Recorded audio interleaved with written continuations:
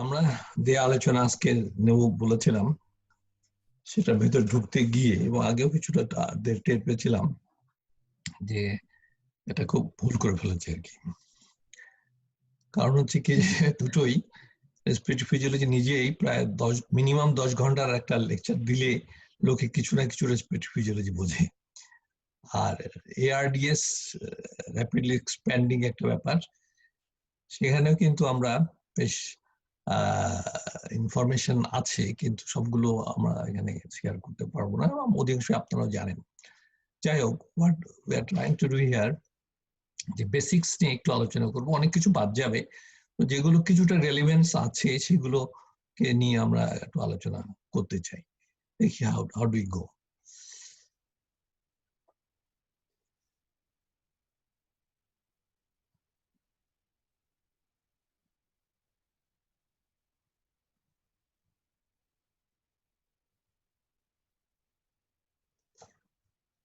ওকে,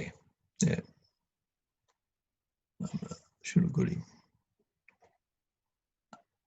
প্রথমে আমি একটা কোশ্চেন দিয়ে শুরু করতে চাই, সেটা হচ্ছে যে what are the potential causes of course of hypoxia? তো এর অনেকগুলো উত্তর তো ডেফিনেটলি এখানে আছে, সব লিখেছি এবং আরো করা যেতে পারে ইচ্ছে করলে বড়।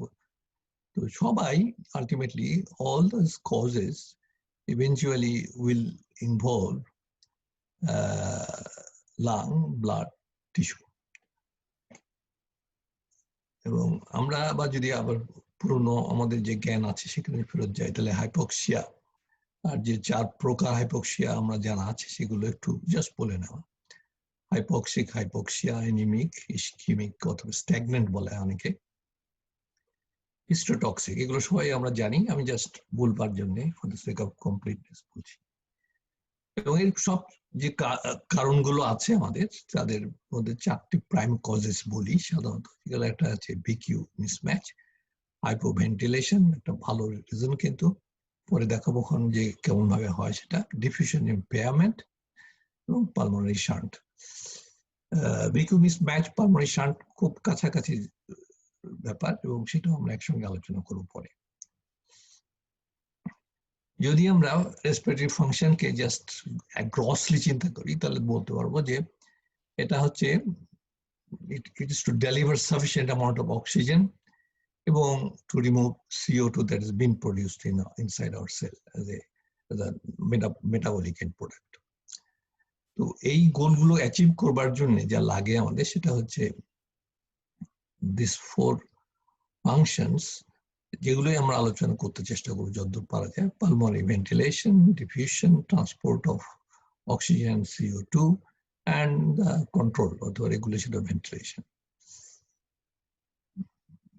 যদি একটু তাকাই তাহলে দেখবো যে আমাদের এই স্কিমেটিক ভিউটের মধ্যে আমাদের দুটো পার্ট করা আছে, একটা হচ্ছে এক্সটার্নাল রেসপিরেশন আর একটা হচ্ছে ইন্টারনাল অথবা সেলুলার রেসপিরেশন। আমরা সেলুলার রেসপিরেশনে যাচ্ছি না, যার স্কোপ নেই আজকে। তবে এক্সটার্নাল রেসপিরেশন কিন্তু তার কম্পোনেন্ট অনেকগুলো, স্পেশালি দ্য লাং হেয়ার, তারপর পুরো সার্কুলেটরি সিস্টেম। সার্কুলেট বলতে আমরা pulmonary circulation important, systemic circulation important, এবং এরা সব transport of gases in the ব্লাডে কাজ করে পার্টটুকু। আর interface between the lungs and the pulmonary circulation যেটুকু, তা সেটা exchange of gases from lung to blood. তাহলে একটা হচ্ছে exchange of from atmosphere, from exchange to lung to blood, transport, and the exchange, again another exchange in the cellular level. আমরা একটু যদি functional অ্যানাটমির দিকে যদি একটু তাকাই, ভেরি কুইক পিক, তাহলে বলবো যে আমরা আবার এখানে প্রশ্ন যে what structural aspects must be considered in the process of respiration। তাহলে বলি যেমনটা অলরেডি বলা হয়েছে যে একটা কন্ডাক্টিং জোন আছে, আর একটা আছে রেসপিরেটরি জোন, যেখানে transfer of gases taking place, এবং এরা সবাই কিন্তু বেশ কিছু স্ট্রাকচারকে ইনভলভ করে নিচ্ছে, যেমন ধরেন গিয়ে skeletal and musculature, pleural membranes and neural pathways. এরা সবাই একজন আরেকজনের সঙ্গে জড়িত, একজন আরেকজনকে হেল্প করে। ক্রসলি আবার এগুলোকে ডিভাইড করা যায় upper respiratory tract and lower respiratory tract.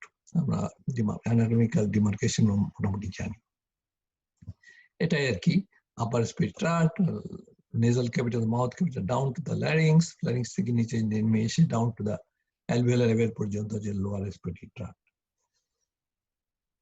Anyway, the first যে স্ট্রাকচার গুলো বলছে বোন, মাসেলস এন্ড মেমব্রেন, সবগুলো কি কাজ করে সবাই মিলেমিশে কিন্তু একটা টিম, সবাই মিলেমিশে কাজ করছে। যেমন একটা ইন্সপিরেশন হচ্ছে আবার এক্সপ্রেশন, এই পাশে মাসেলস অফ ইন্সপিরেশনে আমরা যাদেরকে পাচ্ছি যে ডায়াফ্রাম এন্ড এক্সটার্নাল ইন্টারকস্টালস। যদি একটু ফোর্স এক্সপ্রেশন যদি হয় তাহলে এরা আসে উইথ পেক্টোরালিস মাইনর। আর মাসেলস অফ এক্সপ্রেশন অ্যাকচুয়ালি যদি নর্মাল ব্রিদিং, কোয়াইট ব্রিদিং হয় তো এটা ডায়াফ্রামিক কাজটা সেরে ফেলতে পারে, কিন্তু যদি আরো বেশি ফোর্সফুল এক্সপ্রেশন লাগে তাহলে আমাদের ইন্টারনাল ইন্টারকস্টালস, অ্যাবডোমিনাস মাসেল এরা কাজে আসে। এটা একটা করোনাল সেকশন অফ থিং। এখানে দেখবার ব্যাপারটা হচ্ছে এখানে একটা প্লুরা আছে, এটা বলেছিলাম যে membrane pleura and there is a space, দুটো ফ্লোর মেমব্রেন, দুটো একটা প্যারাইটাল বলি আর একটা ভিসারাল বলি, এর ভিতরে একটা গ্যাপ আছে, এর বলি ইন্টারপ্লুরাল স্পেস। শুধু প্লুরাল স্পেস বললেও কাজ হয়। ওকে, নাও what do they do basically? Basically they create and transmit a pressure gradient. এই পুরো টিমটার কাজ হচ্ছে ভেতরে একটা প্রেসার গ্রেডিয়েন্ট তৈরি করা, ভেতরে এবং বাইরে। যেটা হয় ধরেন যে রিল্যাক্সড হয় সেটা করতে পারে muscles to the ribs, thoracic যখন মুভ করে তখন diaphragm to the base of the lungs, এবং cohesion of the parietal pleural membrane, একটা সঙ্গে আরেকটার সঙ্গে কোহেসিভ ফোর্স যদি আটকে থাকে সেগুলো, and also the expansion recoil of the lung, এই সব মিলেমিশে এই কর্মটা সম্পাদিত হয়। ভালো করে তাকিয়ে দেখেন যে এই ডায়াফ্রাম এটা বলি আমরা রিল্যাক্স স্টেটে অ্যাট রেস্টে আছে, কিন্তু যখন কন্ট্রাকশন গুলো ইট ইজ ফ্ল্যাটেন, এই ফ্ল্যাটেন হওয়ার সঙ্গে এই কাজটি হলো যে রিব কেজ গুলো মাসেলের পুলের জন্য, কন্ট্রাকশনের জন্য, আরেকটা যে ইন্টারকস্টাল মাসলের জন্য, পুলের জন্য রিব কেজটা এক্সপ্যান্ড করলো, ভলিউম ইনক্রিজ ঢুকে গেল, এই ভলিউম ইনক্রিজ প্রেসার ফল করলো, ঢুকলো এয়ার। আবার যখন রিল্যাক্স করলো, আবার once again it relaxes, it goes back to square one, তখন পুরো জিনিসটি তাকিয়ে দেখেন তারা আবার কিন্তু জায়গায় ফিরে গেছে। রাইট, আমরা এই প্লুরাল মেমব্রেন নিয়ে কিছু ভাবনা আছে আমাদের। যেমন ধরেন একটা কোয়েশ্চেন বিটুইন কেন এই দুটো লেয়ার লাগছে, এটা একটা চিন্তা। ওয়াই টু লেয়ার্স, একটা লেয়ার না কেন, just why not only one layer? একটা লেয়ার লাংয়ের চারপাশে থাকলেই তো হতো, তা নয়। এটা হয় কি যে একটা স্লাইডের পরে, গ্লাস স্লাইড পর একটা গ্লাস স্লাইড পরে একটু পানি যদি রাখা দিয়ে আটকে দেওয়া যায়, যেমন একটা যে মলিকুলার অ্যাট্রাকশন ক্রিয়েট করে, সুতরাং সহসা এটাকে আলাদা করা যায় না যদি যথেষ্ট ফোর্স ক্রিয়েশন না হয়। কিন্তু এটা একটা প্রোটেক্টিভ, তাহলে প্লুরাল এই যে মেমব্রেনটা দুটো মেমব্রেন থাকার জন্য এটা শুধু it slides on each other, it's a protective part of the lung parenchymal tissue.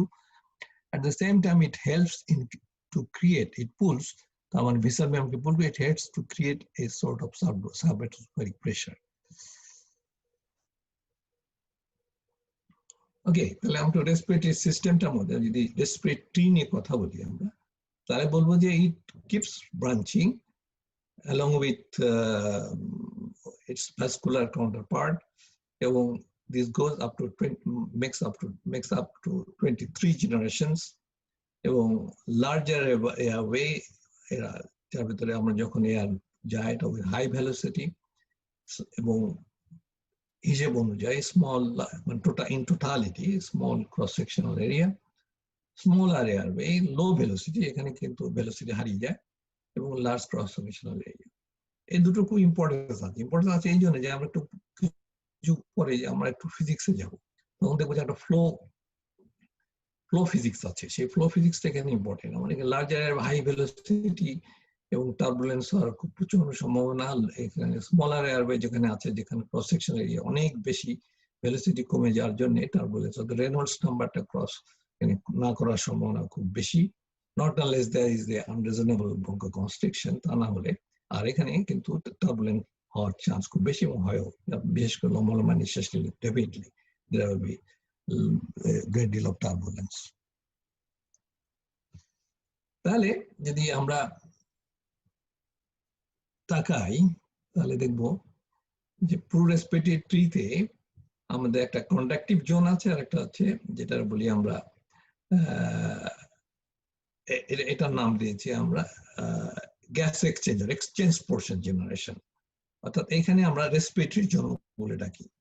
তো কন্ডাক্টিভ জোনটা ফার্স্ট 16 ব্রাঞ্চেস অর্থাৎ 16 জেনারেশন পর্যন্ত, তার rest of it is the যেটা বলি আমরা রেসপিরেটরি জোন, অথবা এখানে আমাদের রেসপিরেশন অথবা গ্যাস ট্রান্সফার করে সেই জোনটাকে বলা হয় এক্সচেঞ্জ পোর্শন, গ্যাস এক্সচেঞ্জ এখানে হয়।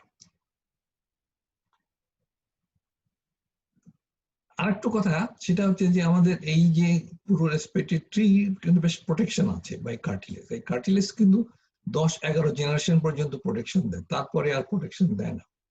মেকানিক্স এর মধ্যে মেকানিক্স যদি নিয়ে চিন্তা করি তাহলে এটা খুব ইম্পর্টেন্ট যে 11 পর্যন্ত কোলাপস করবে এবং এটা come what may it will keep its patency intact. তারপরে কিন্তু 12th থেকে 16th আর পর ব্রঙ্কিওর, সেখান থেকে আর ইন বিয়ন্ড, তারপরে তো অ্যালভিওলার জন্য চলে হলো, এখানে কিন্তু এই প্রোটেকশনটা নেই, অর্থাৎ বাইরের প্রেশার প্যারেনকাইমাল প্রেশার কোনো কারণে হলে এই লাইনগুলো কোলাপস করে যেতে পারে খুব ইজিলি। দ্যাট কোয়াইট হ্যাপেন্স যখন আমরা বিভিন্ন রকম রেসপিরেটরি ডিসঅর্ডার কন্ডিশন যখন তৈরি হয়। আচ্ছা, এটা হচ্ছে আমাদের আবার একটা ডায়াগ্রাম অফ দিস, যে রাখেন এই পর্যন্ত আমাদের প্রোটেকশন আছে, beyond that there is no protection.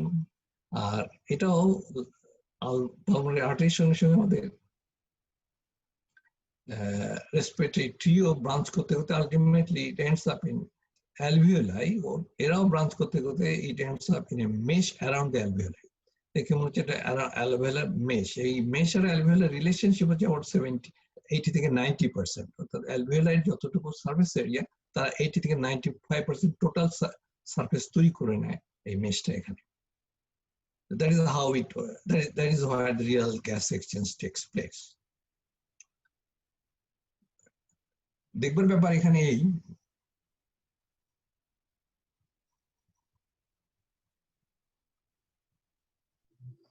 যে এখানে লক্ষ্য রাখেন যে ক্রস সেকশনাল এরিয়া এখানে প্রায় যা আছে 100 এবং পুরো কন্ডাক্টিং জোন আর এক্সচেঞ্জ জোন যেটা তার অনেক অনেক গুণ বেশি ক্রস সেকশনাল এরিয়া এবং এরিয়াস ফর এক্সচেঞ্জ, অর্থাৎ প্রচুর এরিয়া পাওয়া যাচ্ছে ফর এক্সচেঞ্জ।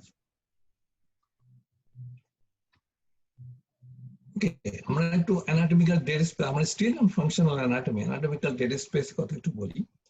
যে অ্যানাটমিক্যাল ডেড স্পেসটি কাজ আছে, ডেফিনিশন হচ্ছে যে আমরা কন্ডাক্টিং এরিয়া, কন্ডাক্টিং জোনটাকে আমরা সাধারণত অ্যানাটমিক্যাল ডেড স্পেস বলি, এবং তার কাজ হচ্ছে হিট আপ, অর্থাৎ আমরা যে গ্যাস নিচ্ছি তাকে ওয়ার্ম করা। যেমন আমরা অ্যানাস্থেসিয়ার সময় কোল্ড গ্যাস নিই, তাহলে আমাদের এর দায়িত্বটা অনেক বেশি পড়ে এবং বেশি হিট লস হয় সেখানে। তার আমাদেরকে 37 ডিগ্রি সেলসিয়াস পর্যন্ত তুলতে হয়, আর এয়ার থেকে যদি নিই সেটা প্রয়োজন পড়ে ঠিক এটি পুরো আমাদের যে বডি টেম্পারেচার সেই পর্যন্ত রেইজ করতে হয়। হিউমিডিফাই করার ব্যাপারটি আছে, it has to be 100% humid, and also it filter, যে বললাম যে আমাদের যে মিউকোসিলিয়ারি অ্যাকশন যেটা কনভেয়ার বেল্টের মতো অনেকটা করে, সেটা আমাদের ফিল্টার করে। এটা হচ্ছে আমাদের অ্যানাটমিক্যাল ডেড স্পেসের পুরো কর্মটি। এখানে কোনো গ্যাস এক্সচেঞ্জ হয় না। তাহলে what is the function of the respiratory zone? তাহলে দুটো বড় ফাংশন, একটা হচ্ছে এক্সচেঞ্জ অফ গ্যাসেস অফকোর্স, সেটার জন্য দেখেন হিউজ সারফেস এরিয়া আছে 50 থেকে 100 স্কোয়ার মিটার। কেউ কেউ বলে যে it's about the size of a tennis ball, probably it is right. আর প্রোটেকশন, প্রি অ্যালভিওলার ম্যাক্রোফেজ আমাদের এই জায়গাটাতে আছে, যেগুলো বলি আমরা গার্বেজ ম্যান, অর্থাৎ এর কর্মটি হচ্ছে ইজ ডাস্ট সেল, কর্মটি হচ্ছে যে যাকে অপছন্দ তাকে to get it out of the alveoli, just এটা হচ্ছে ক্লিনার। সার্ফেক্টেন্ট আর একটা ব্যাপার আছে এখানে, সেটা আমরা একটু পরে আলোচনা করব। It is formed by type 2 alveolar cells called septal cells. We'll discuss a little bit of surfactant later on. ওকে, তাহলে আমরা ফিজিক্যাল গ্যাস লস সম্পর্কে কিছু মেনশন করার আছে এখানে। প্রথমে আমরা দেখে নিই যে আমাদের যে অ্যাটমসফিয়ার আছে সেটা সর্বজন বিদিত, যেটা gives out a pressure of 760 millimeter mercury, এবং তার কম্পোনেন্টস আছে nitrogen, oxygen, carbon dioxide, water vapour. প্রত্যেকেরই যারা যারা আছে প্রত্যেকেই একটা করে প্রেসার থ্রো করে অ্যাকর্ডিং টু পার্সেন্টেজ রিপ্রেজেন্টেশন। এবং এগুলো সব একটা ল ফলো করে। তার মধ্যে পার্সেন্টেজ রিপ্রেজেন্টেশন যেটা বলছিলাম সেটা পার্শিয়াল প্রেসার ল, ডেলটনস। তারপরে আমরা যখন একটু পরে আবার এগোবো তখন দেখবো যে আমরা ল ডিফিউশন নিয়ে কথা বলছি, সেটাকে ফিক্স ল বলি। বয়েলস ল নিয়ে কিছু কথা না বললেই নয়। চার্লস লটা আমার কাছে অত ইম্পর্টেন্ট মনে হয় না এখানে, not unless we are expose to the extreme temperature. তা নাহলে চার্লস ল এখানে ডাইরেক্ট কোনো কিছু করার নেই। Law of Laplace very important indeed, and again Poiseuille's equation of flow, Reynolds number আপনারা মোটামুটি সবাই জানেন সম্বন্ধে, আমরা একটুখানি টাচ করব। Okay, what about Dalton's law? Dalton's law বলছে যে the total pressure of a mixture of gases is equal to the sum of the individual gas pressure. তার মানে আমরা বলছি যে টোটাল গ্যাস প্রেসার যা হবে অন্যান্য গ্যাসের যেসব প্রেসার হয় সেটা তার পার্সেন্টেজ রিপ্রেজেন্টেশন দিয়ে হয়। কেমন ধরা যাক, আমরা যদি বলি যে অ্যাটমসফিয়ারিক প্রেসারের সঙ্গে percentage of gas off atmosphere যদি করি তাহলে ওই জিনিসটা পার্শিয়াল অ্যাটমসফিয়ারিক প্রেসার বেরিয়ে যায়। PO2 নিয়ে কথা বলি তাহলে 760 millimeter mercury times 21%, which is 0.21 in terms of fraction, it comes out as a 160 millimeter. তাহলে that is how it works, Dalton's law. এবং অন্যান্য একটু পরে নেক্সট স্লাইডে দেখাবো যে ইন্সপায়ার্ড এয়ার আর অ্যালভিওলার এয়ারের ডিফারেন্স হয়ে গেছে, যেখানে CO2 যেখানে নেগলিজিবল ছিল সেখানে এখানে 40 millimeter দিচ্ছে, বিকজ এর যে pressure has changed. We have got more CO2 in our alveoli than in the environment. Oxygen যেখানে 159 ছিল সেটা কমে 105 হয়েছে, বিকজ CO2 এই জায়গাটা ওর কাছ থেকে নিয়ে নিয়েছে, ওই জায়গা দখল করেছে। নাইট্রোজেন যেখানে 601 ছিল বাইরে, সেটা পেছনে কমে গেছে because it has been shared, কিন্তু total pressure remains about the same. আরেকটু যদি এলাবোরেটলি তাকাই তাহলে দেখবেন যে আমরা এটা হচ্ছে অ্যানাটমিক্যাল ডেড স্পেসের কথা। এখানে আর্টেরিয়াল, এখানে sorry alveolar, this is arterial, this is Venus, এটা এক্সপায়ার্ড ভলিউম।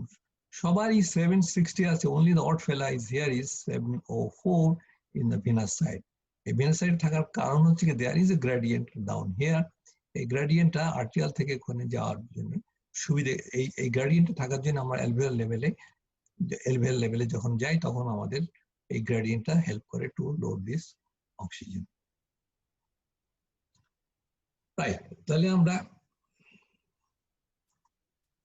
বয়েলস ল আমরা মোটামুটি আমাদের অ্যানেস্থেসিয়ার প্রথম পার্টে, এমনি তো আগে শিখেছিলাম, অ্যানেস্থেসিয়ার প্রথম পার্টেই আমরা সবাই বয়েলস ল জানি।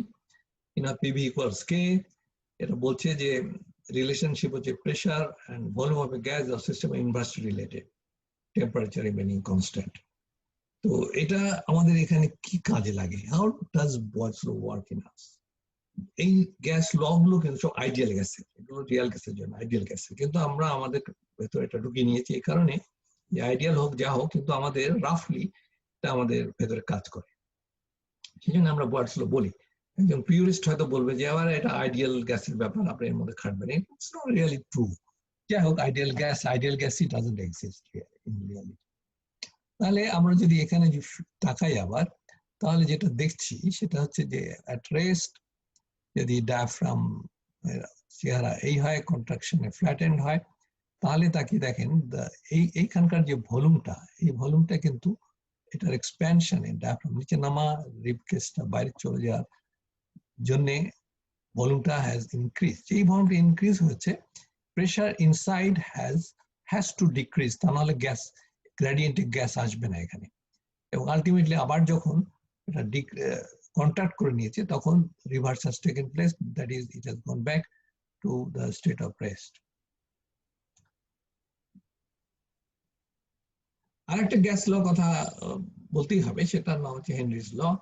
হেনরিজ ল বলছে the solubility of a gas in a liquid at a particular temperature is proportional to the pressure of that gas of the liquid.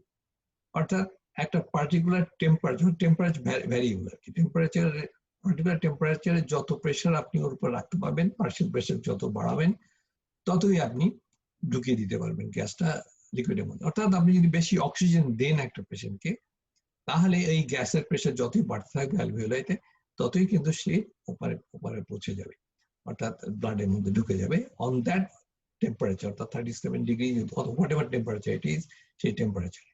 আরেকটা জিনিস আছে যেখানে যেটা উল্লেখ করতে হবে, সেটা হচ্ছে সলিবিলিটি কোএফিসিয়েন্ট। এই গ্যাসটার গ্রহণযোগ্যতা, অর্থাৎ কতটুকু সলিবল হিসেবে নিতে পারে, ডিজলভিং পাওয়ারটা কতটুকু আছে, সেটার পরে নির্ভরশীল। পরে আমরা এটা নিয়ে আরেকটু বলবো। ওকে, তাহলে একই কথা, তাহলে it depends on the solubility of a gas, temperature of the fluid and the partial pressure of the gas. তাহলে গ্যাসটা এপার থেকে ওপারে যেতে পারে, পারাপারটা হবে আর কি। Gas dissolved in a fluid depends directly on its partial pressure. Other factors remaining constant, এগুলো অধিকাংশ সময় কনস্ট্যান্ট যদি থাকেও তা অ্যাকচুয়ালি আমাদের কোনো ক্ষেত্রে, তাহলে আমরা জেনে নিই যত পার্শিয়াল প্রেশার আমরা চেঞ্জ করতে থাকবো, গ্যাস অন্য পারে যাওয়ার ব্যাপারটি কিন্তু অনেকটা সেরকমই হবে। ওকে, এরপরে আমরা যাচ্ছি ভেন্টিলেশনের পরে। ভেন্টিলেশনের এখানে আমি ইনহেলেশন কথাটা লিখেছি, কারণ ইন্সপিরেশনের কথাটাই আজকাল অনেক লোকে মনে করে এটা একটা কাব্যিক ভ্যালু আছে, এর থেকে ভালো বেশি টেকনিক্যাল টার্মটা হচ্ছে ইনহেলেশন। সুতরাং এটা কি আজকাল অনেক লোকে গ্রহণ করছে as opposed to inspiration। আমি দুটো রেখেছি যার যা পছন্দ। তাহলে এটা কিন্তু একটা অ্যাক্টিভ প্রসেস, আগেই আলোচনা হয়ে গেছে যে ডায়াফ্রাম কিভাবে কাজ করে, এক্সটার্নাল ইন্টারকস্টাল কিভাবে কাজ করে, এবং সবাই এর 75-25%, অর্থাৎ কোনো কারণে ইন্টারকস্টাল যদি কাজ না করে কোনো কারণে, তাহলে অন্তত 75% অফ দ্য রেসপিরেশন কোয়াইটলি নিয়ে নিতে পারে ডায়াফ্রাম মুভ করে। এবং অ্যাক্সেসরি মাসেলস গুলো শুধু ফোর্সফুল ইনহেলেশনের জন্য। When thorax expands, parietal and visceral pleuris এরাও কিন্তু adhere tightly due to the subatmospheric pressure and surface tension pulled along the expanding thorax. So as lung volume increases, alveolar intrapleural pressure drops. এটা হচ্ছে আমাদের বয়েডস ল এর ব্যাপারটি, যেমনটি বলেছিলাম। এখানে ওই পুরনো কথা সবাই যেটা জানি, বাকল হ্যান্ডেল মুভমেন্ট, অর্থাৎ আমাদের এই রিব কেজটা এই এক্সটার্নাল ইন্টারকস্টাল মাসলের কন্ট্রাকশনের কারণে এবং ডায়াফ্রামের উপরে ওঠার কারণে রিব কেজটা সরে গেছে বাইরের দিকে, আউটওয়ার্ড মুভমেন্ট, তার মানে ইট ইনক্রিজেস দ্য ডায়ামিটার, অর্থাৎ ভলিউম বাড়াচ্ছে। এর সঙ্গে আরেকটা মুভমেন্টের কথা আপনারা সবাই জানেন, এখানে আজ আসেনি, সেটা হচ্ছে পাম্প হ্যান্ডেল মুভমেন্ট। সেটা anterior posterior diameter increase করে। In totality, volume is increased. বয়স অনুযায়ী যে ভলিউমটা ইনক্রিজ করবে, pressure will go down, এবং ভাইস ভার্সা। এখন একটু যদি তাকাই এখানে, তাহলে দেখবো যে এটা হচ্ছে আমাদের একটা স্কিম।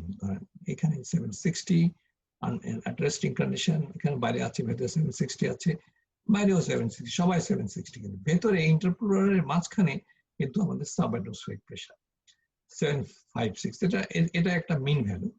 সব জায়গায় 756 থাকে না, কোথাও কোথাও আরো কম থাকে, কোথাও 756 আর একটু বেশি থাকে, 758 থাকতে পারে, ডিপেন্ড করে। এবং এই যে সাবঅ্যাটমসফেরিক প্রেসার যে যেখানে যেমনটি আছে, এই অনুযায়ী ওই এরিয়ার অ্যালভিওলাই গুলোর ফিলিং ইন হয়। সেটা আমরা পরে যখন ভিকিউ মিসম্যাচে যাব তখন আলোচনা করার সুযোগ পাবো।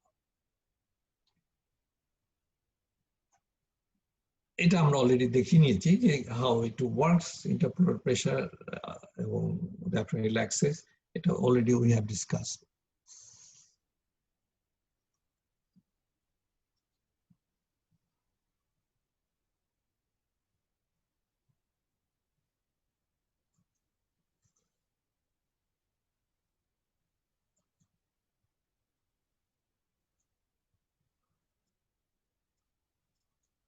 That is how it happens, যে আপনি যখন আমাদের যতই যতই বাড়াতে পারবো, ততই কিন্তু আমাদের লাংটা ইনফ্লেট করতে পারবে, এটাই আর কি ওটাকে বোঝানোর চেষ্টা করা হয়েছে।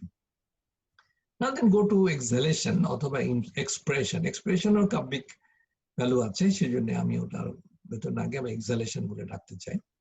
তো pressure in lungs greater than atmospheric pressure এবং normally passive, muscle relax instead of contraction, এবং এটার বেসিসটা হচ্ছে ইলাস্টিক রিকয়েল। লাংসের যে ইলাস্টিক রিকয়েলটি আছে তার কারণে ও ফেরত চায়, নিজের অবস্থায় ফেরত চলে যেতে যায় যখন, তখন সে ভলিউমটা কমে যায়। আর ওরা যতক্ষণ মাসেল যেটা কন্ট্রাক্ট করেছিল তার একটা সময় থাকে, সেও কন্ট্রাকশনটা ছেড়ে দেয়, রিল্যাক্স করে, তখন এই দুটো মিলে যে total force that brings the lung back to his original position, যেটা বলা আছে diaphragm relaxes, external intercostal relax and ribs drop down, তখন এক্সালেশনটা শুরু হয়। কিন্তু ফোর্সফুল এক্সালেশন যখন হয় তখন এটা বলবো অ্যাক্টিভ এক্সালেশন, এবং সেটার জন্য আমাদের অন্যান্য কিছু মাসেলের পার্টিসিপেশন লাগে।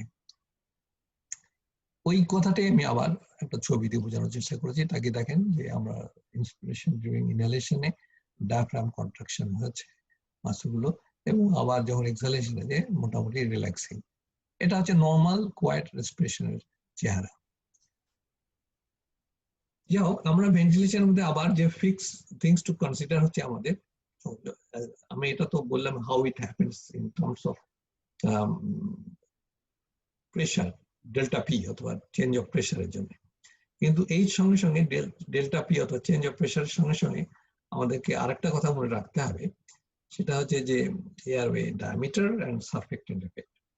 এয়ারওয়ে ডায়ামিটারে যেটা ইম্পর্টেন্ট এখানে, ওটার নাম হচ্ছে হেগেন ওয়েসলুস ইকুয়েশন। সেটা আমরা সবাই জানি, কিউ যদি ফ্লো হয় তাহলে পাই আর 4/8 এটা L length. Other factors remaining constant, অন্য সমস্ত ফ্যাক্টরগুলোকে যদি কনস্ট্যান্ট রাখি তাহলে আমার ডায়ামিটারটা important, and of course change of pressure is also extremely important. তো ডায়ামিটার একটু এদিক ওদিক হলে, অর্থাৎ একটু কমলে 4th পাওয়ার মানে 4 গুণ কমে যাবে আমাদের ফ্লো, আবার বাড়ালে 1 ডিগ্রি বাড়ালে ওর 4 ডিগ্রি ফ্লোটা বাড়বে, 1 ডিগ্রি কমালে বাড়ালে ফ্লোটা 4 ডিগ্রি কমাবে, আদার ফ্যাক্টরস রিমেইনিং কনস্ট্যান্ট। আর এখানে সারফেক্টেন্ট যে এফেক্ট আছে সেটাও খুব ইম্পর্টেন্ট, এটাকে বলি আমরা ল অফ ল্যাপ্লাস। এটা হচ্ছে ডিস্টেন্ডিং প্রেশার, এটা হচ্ছে সারফেস টেনশন 2T/R, তার মানে যে যত ডায়ামিটার অথবা স্ফেরিক্যাল ডায়ামিটার যত কমে আসবে তত এর কোলাপসিং টেন্ডেন্সি বাড়বে, অর্থাৎ এমন একটা স্টেজে এসে যাবে যে ইট উইল কোলাপস। এই ল অফ ল্যাপ্লাসটা আমাদের শুধু লাংসের ভেতরে নেই, পুরো ভ্যাসকুলার ট্রিতে এবং আরো যেসব জায়গা থেকে ছোট ছোট anything which has got diameter and collapsible, that law of Laplace works out there. এছাড়া আরো অন্যান্য যে সমস্ত জিনিসগুলো কনসিডার করা, minute volume respiration will go into that, anatomical ডেটাস, physiological ডেটাস will go into that shortly. And change in ventilation pattern, আমরা quite often we are familiar with at least 2 things, hyperventilation, hypoventilation. Okay, what about the lung recoil then? Lung recoil হচ্ছে tissue elastin আছে, যেটা অথবা collagen বলতে পারেন, and law of Laplace law already আমরা explain করেছি what's that. এই ল of Laplace এর বিরোধিতা করে আমাদের শরীর থেকে তৈরি হচ্ছে, অর্থাৎ লাংসই তৈরি করেছে একটা থিং কল্ড সারফেক্টেন্ট, এন্ড এই surfactant decrease the surface tension এবং রিডিউস দ্য চান্স অফ পালমেরি। মনে রাখতে হবে যে সারফেক্টেন্ট ইনজুরি কিন্তু আমাদের লাংয়ের যদি ইনজুরি হয়, অর্থাৎ যদি সেল ইনজুরি যদি হয়, প্যানক্যামাল ইনজুরি যদি হয়, তাহলে সারফেক্টেন্ট is been affected এবং সেখানে কোনো সময় কোলাপস হবে, কোনো সময় পালমোনারি এডিমা হবে। আমরা পরের যে পার্টটা আছে তার মধ্যে সেটা আলোচিত হবে। সারফেক্টেন্টের মধ্যে অফকোর্স বলেছি যে রেসপিরেটরি ডিস্ট্রেস সিনড্রোম হতে পারে যদি সারফেক্টেন্ট হয়, অ্যাটেলেক্সিস হতে পারে, পালমোনারি এডিমা হতে পারে। লাং কমপ্লায়েন্স, তাহলে আমরা ডেল্টা ভি ডেল্টা পি সবাই ভালো করে জানি যে change of volume per unit change of pressure, এবং এইটা কিন্তু লিনিয়ার না, it is never had been linear. এটা হচ্ছে একটা স্টিপার পার্ট আছে আর একটা ফ্ল্যাটার পার্ট আছে। তো যখন খুব ভলিউম কম কম থাকে তখন খুব তাড়াতাড়ি করে এই বেলুন ফোলানোর মতো অনেকটা আর কি, খুব তাড়াতাড়ি করে ইট ইনক্রিজেস দ্য প্রেশার, যত প্রেশার দেয় সেই খুব তাড়াতাড়ি করে ভলিউম বেড়ে যায়, তারপর একটা স্টেজে এসে আর এটা ফ্ল্যাটার হয়ে যায়।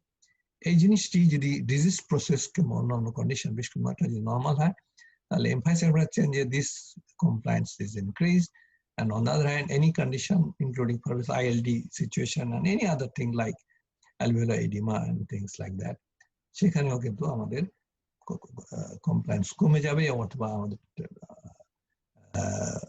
এই ফ্ল্যাটার এটা it will get flatter than normal. What about dead space? Anatomical dead space টা হচ্ছে আমরা কন্ডাক্টিং জোন বলি। কোথা থেকে কোথায় পর্যন্ত? আমরা আগে ছবি দেখিয়েছিলাম যে ল্যারিংসের থেকে শুরু করে 16 জেনারেশন পর্যন্ত বলছে এটা হচ্ছে কন্ডাক্টিং জোন, কিন্তু actually in reality it shouldn't be like that. It should be up to the nares, অথবা মুখ বন্ধ থাকলে তাই, অথবা যদি না হয় তাহলে nares and mouth এ পর্যন্ত আমাদের ডেড স্পেস ভলিউম হিসেবে ধরা হয়। এবং এটা রাফ হিসেবে হচ্ছে it's about 2 millilitre per KG body weight. 150 মিল বলে অনেকে পার পায়, কিন্তু এটা ঠিক নয়। 2 millilitre per KG body weight is more scientific. On the other hand, there is something called physiological, অর্থাৎ anatomical plus. অর্থাৎ আমাদের বডিতে আমি আগেই বলেছি যে সব অ্যালভিওলাই গুলো একই ইকুয়ালি ইনফ্লেটেড হয় না, কিছু কিছু অ্যালভিওলাই একেবারে ইনফ্লেটেড না হতে পারে, এবং যারা হয় না অথবা অথবা অথবা ইনফ্লেটেড হয় কিন্তু তার ভিতরে কোনো কারণে যদি সার্কুলেশন যদি না হয় তাহলে that becomes a dead space. সুতরাং এইটা, আর আমাদের বডিতে এমনিতেই কিছু কিছু ডেড স্পেস থেকে থাকে, সেটার নাম দিয়েছি আমরা ফিজিওলজিক্যাল ডেড স্পেস। এবং সেই physiological dead space definitely depends on VQ ratio. এবং ফিজিওলজিক্যাল ডেড স্পেসের ব্যাপারটি হচ্ছে যে অ্যানাটমিক ডেড স্পেস প্লাস যে পার্টটুকু আমাদের গ্যাস এক্সচেঞ্জে পার্টিসিপেট করছে না তার নাম দিয়েছি আমরা অ্যালভিওলার ডেড স্পেস। এই দুটো মিলে আমরা ফিজিওলজিক্যাল ডেড স্পেস বলি। এগুলো আপনারা সবাই জানেন, তবু আমি জাস্ট মনে করিয়ে দিলাম। এখানে কিছু বলা আছে, এখানে যদি অ্যানাটমিক্যাল ডেড স্পেস হয়, this part here is called physiological dead space. এটা ডায়াগ্রামেটিক রিপ্রেজেন্টেশন। আর বাকি অ্যালভিওলার ভেতরে আমাদের আছে একটা one is called first alveoli group, that is slow alveoli group. এটা আমি অনেক সময় বলেছি যে এই জিনিসটি অস্তিত্ব থিওরিটিক্যাল না, এটা প্র্যাকটিক্যাল, যে কিছু কিছু অ্যালভিওলাই খুব ফাস্ট, অর্থাৎ এর টাইম কনস্ট্যান্ট কিন্তু খুব কম, খুব তাড়াতাড়ি করে it gets inflated and it also gets deflated very quickly, quick in quick out. আর slow alveoli on the other hand slow in slow out. এবং এতে হয় কি যে আমাদের যে নর্মাল যে রেসপিরেশন তাতে যদি হাইপার ভেন্টিলেট করি কোনো সময়, তাহলে এই স্লো অ্যালভিওলাই গুলো does not get the chance to get itself aerated অথবা ইনফ্লেটেড, এবং ইনফ্লেটেড না হওয়ার কারণে it may ultimately become unventilated but perfused. So that adds to our VQ mismatch. Okay. তাহলে নেক্সট পার্ট যেটা আছে সেটা হচ্ছে আমাদের ডিফিউশন। ডিফিউশনের ব্যাপারটিটা হচ্ছে যে প্রথম লটা যেটা ডিফিউশনের ইম্পর্টেন্ট ল, তার নাম ফিক্স ল অফ ডিফিউশন। এখানে ফিক্স লিখেছে, it should have been Fick's law of diffusion. এটা অনেকেই এই ইকুয়েশনটা সম্বন্ধে মোটামুটি অবগত আছেন, অনেকেই, I think all of you. দেখেন এখানে এরিয়া, থিকনেস, ডি হচ্ছে আমরা বলি একটা গ্রামস লর কথা আছে, এটা হচ্ছে আমাদের molecular weight, square root of the molecular weight and delta pressure. তাহলে এগুলো সব ultimately diffusion constant, solubility, clinical significance, graded across the membrane, এই সব মিলেমিশে আমাদের ফিক্স ল।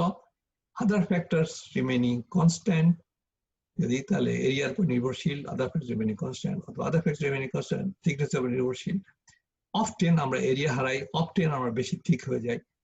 এরকম এগুলো যদি হয় তাহলে এরা যদি সবাই ঠিক থাকে তাহলে আমাদের ডেল্টা পি অর্থাৎ change of pressure will affect our diffusion. ডিফিউশনের অনেকগুলো পার্ট আছে, অনেকগুলো পার্ট আছে, এরিয়ার, thickness, molecular of the gas, সেগুলো নয় কনস্ট্যান্ট ধরে নিলাম আমি, আমরা যে নিয়ে জানিয়ে কাজ করছি।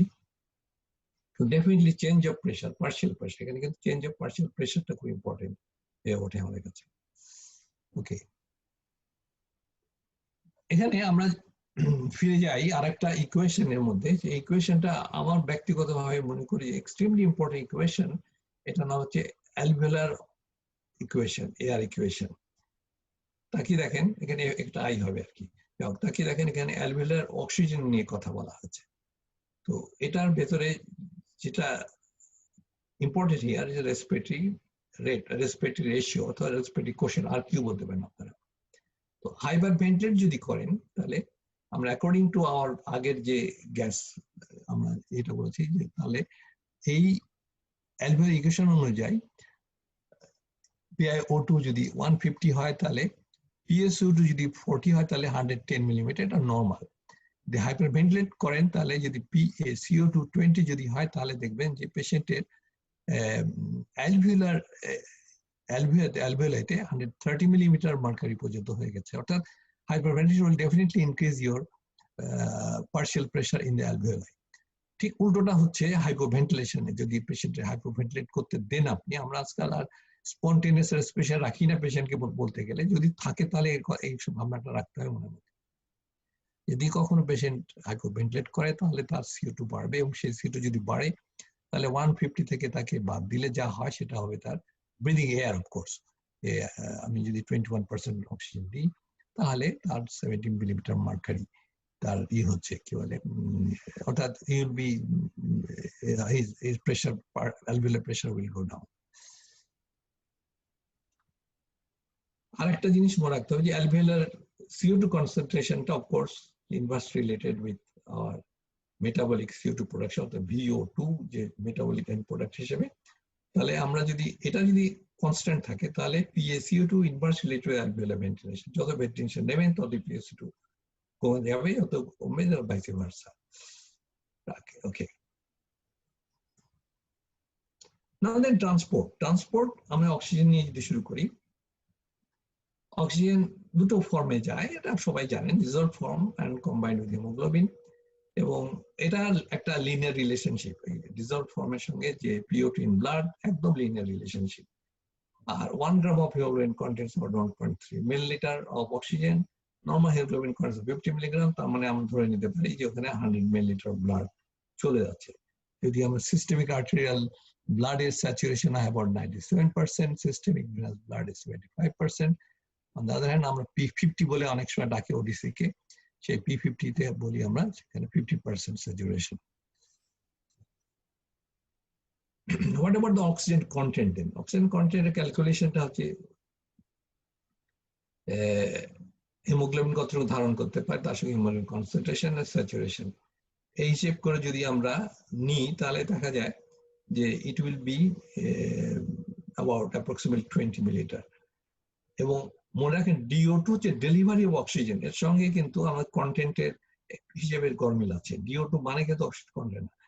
DO2-র মধ্যে আমি আরেকজনকে ইম্পর্টেন্ট একটা মেম্বারকে ডেকে নিয়ে আসা হচ্ছে এখানে, তার নাম হচ্ছে কার্ডিয়াক আউটপুট। অর্থাৎ সবকিছু যদি ভালো থাকে তাও কার্ডিয়াক আউটপুট যদি কোনো ক্রমে কমে যায় তাহলে কিন্তু আপনার DO2 delivery oxygen will be greatly affected, very much.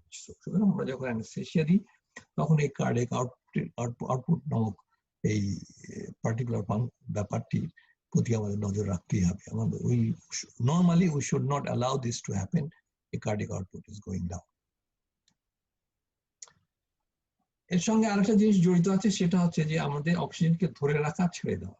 এটার নাম দিয়েছি ODC বলে, কেউ P50 কার্ভ বলে, বিভিন্ন নামে ডাকা হয়। তো যে নামে ডাকেন না কেন, এটার P50 মানে 50% স্যাচুরেশন, যে ওই সময় মিলিমিটার অফ মার্কারি 26 মিলিমিটার। যাও এই ODC-টা রাইট শিফট লেফট শিফট আপনারা সবাই একটু জানেন, যে temperature PCO2 23 dPg and hydrogen ঠিক তার উল্টোটা এখানে। এটা যদি বাড়ে তাহলে রাইট শিফট অর্থাৎ ডিসোসিয়েট করবে খুব তাড়াতাড়ি, আর যদি কমে যায় তাহলে ডিসোসিয়েট করবে কম। এই যে decrease affinity oxygen of haemoglobin oxygen with acidic pH, এটাকে আমরা বোর্স এফেক্ট বলি। আর একটু পরে এটা নিয়ে আরেকবার কথা বলা হবে। What about carbon dioxide? Carbon dioxide dissolved form, carbamino compounds, bicarbonate প্লাজমার মধ্যে ডিজলভ সলিউশন ব্রেকডাউন আছে, কে কিভাবে যাচ্ছে এটা মোটামুটি ভাবে আমাদের carbon dioxide has been transferred from the cell and comes in the blood. আরেকটা কথা, এই কার্বন ডাইঅক্সাইডের নাম ওখানে যেমন বোর এফেক্ট এসেছিল অক্সিজেন ট্রান্সপোর্টের সময়, এখানে কার্বন ডাইঅক্সাইডের সময় হেলডেন এফেক্ট বলে আরেকটা কথাটা প্রায় চলে আসে, আমরা একটু পরে ওর ভেতরে যাব। আরেকটা কথা বলতে হয় ক্লোরাইড শিফট। এই ক্লোরাইড শিফট হচ্ছে আমাদের অ্যাসিড বেস ব্যালেন্স বজায় রাখার জন্য ক্লোরাইড ঢুকে যায়, বাইকার্বনেট বেড়ে যায়, এটা কোপোর্টার বাইকার্বনেটের সঙ্গে, যাতে করে একই নেগেটিভ চার্জ ভেতরে ঢুকে যায়, কোনো যাতে করে নেট নেগেটিভ চার্জ মেনটেন। ওকে, বোর এফেক্টটা হচ্ছে যে CO2 and হাইড্রোজেন আয়ন এরা affecting the affinity of haemoglobin for oxygen, ঠিক উল্টোটা। আর হ্যালডেন এফেক্ট হচ্ছে oxygen is affecting the affinity of hemoglobin for CO2 and অথবা হাইড্রোজেন, দুটো আলাদা কিন্তু প্রায় একই সঙ্গে বলা হয় বলে লোকজন অনেক সময় কনফিউজ করে, কিন্তু কনফিউশনের কিছু নেই actually. Okay, very quickly respiratory acidosis alkalosis, এগুলো আপনারা সবাই জানেন, তবু আমি জাস্ট বলার ক্ষেত্রে বলছি। পিএইচ ডিক্রিজ করে যায়, ইনক্রিজ আর্টেরিয়াল PCO2। মনে রাখবেন যদি রেসপিরেটরি নিয়ে কথা বলি তাহলে আর্টেরিয়াল PCO2 পিএইচ ডিক্রিজ আর আর্টেরিয়াল PCO2 বাড়বে, এবং একটুখানি বেশিক্ষণ থাকলে এটা উইল কম্পেনসেট, পিএইচটা আরেকটু বাড়া শুরু করবে, কিন্তু at the expense of the release of hydrogen bicarbonate ion। অর্থাৎ অ্যাসিডোসিস এটা বলি আমরা metabolic compensation of the respiratory acidosis. ঠিক উল্টোটাই আবার যে রেসপিরেটরি অ্যালকালিসিস, যেখানে আর্টেরিয়াল PCO2 কমে যাওয়া, পিএইচ ইনক্রিজেস, এবং তখন বাইকার্বনেট ধরে রাখা বলি যে মেটাবলিক কম্পেনসেশন বাইকার্বনেটকে ছেড়ে দেওয়া, or the metabolic compensation of respiratory alkalosis। ঠিক তার এইটা উল্টো না হলেও এক্স্যাক্টলি পিএইচ ডিক্রিজের ব্যাপারটি আছে। Strong acids added to blood, hydrogen ion is fixed by generation bicarbonate, dissociation hydrogen এবং rapid process, কিন্তু এখানে কোনো PCO2 remains unchanged, পিএইচ কমবে এবং মেটাবলিক বাইকার্বনেট কমে আসবে। এই দুটো জিনিস যদি কমে আসে, একটা বড় একটা দুটো যদি কমে আসে, তাহলে আমরা ডাকবো এটাকে মেটাবলিক অ্যাসিডোসিস হিসেবে। মেটাবলিক অ্যাসিডোসিস তার ঠিক উল্টো। Okay, quickly going into ventilation perfusion, এটা একটু ইম্পর্টেন্ট এই কারণে যে আমরা এখানে আরেকটা গ্রুপ অফ স্লাইডস এর মধ্যে ঢুকলাম। I must say this are most of them are borrowed slides, যেখানে একটু ভালো বলে মনে হচ্ছে সেগুলো গ্রহণ করেছি আমি। তো gas composition in the alveolar space, this is the more or less the picture. এটা আপনারা সব পরিচিত, সবাই জানেন যে 760 যদি এখানে থাকে তাহলে PiO2 মধ্যে এর 47 হিউমিডিফাই হওয়ার পরে 47 হয়ে যাওয়ার পরে 150 নিচে নেমে এলো। এখানে এর আগে এরকম ছিল না, কিন্তু যেই ভিতরে ঢুকলো হিউমিডিফাই হলো 47 মাইনাস করে দিলেন, তখন 150 হলো আলটিমেটলি আমাদের PiO2। Okay, let's see what happens. এখানে আবার আমাদের অ্যালভিওলার গ্যাস ইকুয়েশন চলে আসছে, because we want if we want to calculate our PaO2। তাকি দেখেন এখানে আমাদের এখানে থিংস আর, এখন আমরা একটা ফিগার দিচ্ছি। আগে ওটা এসে PO2 has become 100 millimeter mercury, PaCO2 40, কারণ এগুলো সব ডাইলিউশন এফেক্ট, অর্থাৎ আমাদের আবার Dalton's law of partial pressure এবং অ্যালভিওলার ইকুয়েশন অনুযায়ী ultimately PO2 100 millimeter, PaCO2 100 millimeter, এবং that is how it is. এই যে মুভমেন্ট হচ্ছে, ট্রান্সফার হচ্ছে according to fixed law. According to fixed law, it is moving from here to here. According to fixed law, it is moving from there to there. What happens যদি patient নিঃশ্বাস না নেয়? অর্থাৎ এখানে আমি দেখাচ্ছি যে দিস ইজ ব্লকড নেই, তাহলে ন্যাচারালি আন্ডারস্ট্যান্ডেবল, অবশ্য সবাই জানেন যে PCO2 রাইজ, যে PCO2 ওভার করে ঢুকছে সে বেরোতে পারছে না, এখান থেকে যাবে, জমা পড়বে অনবরত। আর PO2 because it's not coming, নতুন ফ্রেশ PO2 আসছে না, এখানে FRC-তে যে PO2টা ছিল সেটা আস্তে আস্তে ফল করা শুরু করবে। এবং কিন্তু হাইপোভেন্টিলেট যদি হয়, মানে একটা স্লাইড করা, এখানে একটু একটু অল্প অল্প হচ্ছে, কোনো কারণে হাইপোভেন্টিলেট হচ্ছে পেশেন্ট, যে কারণেই হোক না কেন, সেটা যদি হাইপোভেন্টিলেট করে তাহলে PaCO2 রাইজ করবে, নট দ্যাট মাচ, কিন্তু it will rise, PO2 will fall, কিন্তু ডিফিউশন যেটা দ্যাট উইল কন্টিনিউ, এখানে ডিফিউশনটা কন্টিনিউ করবে না, কারণ এখানে ফাইনালি একটা স্টেলমেট সিচুয়েশন চলে আসবে, there will be no diffusion anymore. অ্যাপনিয়াতে no diffusion, but hypoventilation diffusion কমবে। কি করে আমরা বলতে পারবো যে ভেন্টিলেশন ইজ অ্যাডিকুয়েট? আমরা অলরেডি সেটা বলেই ফেলেছি। সেটা হচ্ছে যে আমাদের পুরনো যে ইকুয়েশন, অর্থাৎ CO2 and relationship with the alveolar ventilation equation অনুযায়ী যত বেশি ভেন্টিলেশন ভালো করতে পারবো। যদি আমি দেখি যে আমাদের CO2টা ক্রমশই বাড়ছে, তাহলে দুটো কারণ দেখতে হবে, যে হয় টিস্যু প্রোডাকশনের কারণে CO2 বেড়ে গেছে, অর্থাৎ এখানে এই কন্ট্রোলটা এখানে হচ্ছে, অথবা অ্যালভিওলার ভেন্টিলেশন কমে গেছে। তাহলে মনে রাখতে হবে যে increased PaCO2 is always a reflection of inadequate alveolar ventilation. যদি এই 80 VCO2 যদি নরমাল থাকে, ইউজুয়ালি এটা আমাদের সিচুয়েশন নরমাল থাকছে, তাহলে আমরা যদি আমরা দেখি যে পেশেন্ট PaCO2 বাড়ছে, অর্থাৎ আমরা আজকাল ইন্টারনাল CO2 প্রায় করে দেখছি যে বাড়ছে, আমরা ধরে নিতে পারি যে আমাদের পেশেন্ট ইজ নট ভেন্টিলেটিং ইনাফ।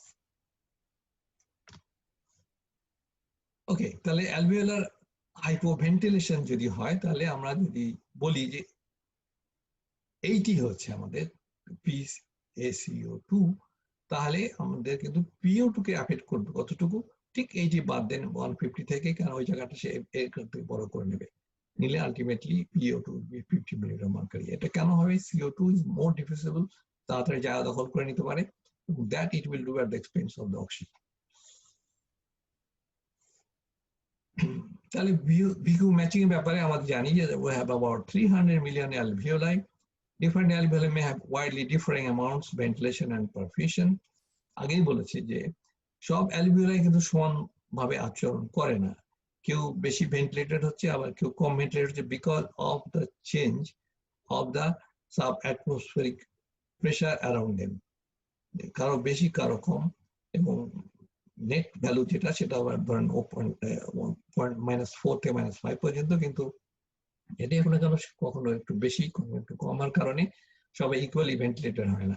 এই কারণেই ফিক্স নাই। যদি ইকুয়ালি ভেন্টিলেটেড হতো তাহলে আমরা বলে নিতাম যে যা ভেন্টিলেশন হচ্ছে তাই ব্লাড সাপ্লাই হচ্ছে এবং তাদের ভিকিউ রেশিও হচ্ছে 1। এটা হচ্ছে আইডিয়াল, যে আমাদের ভিকিউ রেশিও 1 তখনই যখন যা ভেন্টিলেটেড হচ্ছে ঠিক এক্স্যাক্টলি ওই পরিমাণ আমাদের পারফিউশন হচ্ছে, তাহলে আমরা ধরে নিচ্ছি এটা VQ ratio 1, but in fact it isn't, it is about 0.8।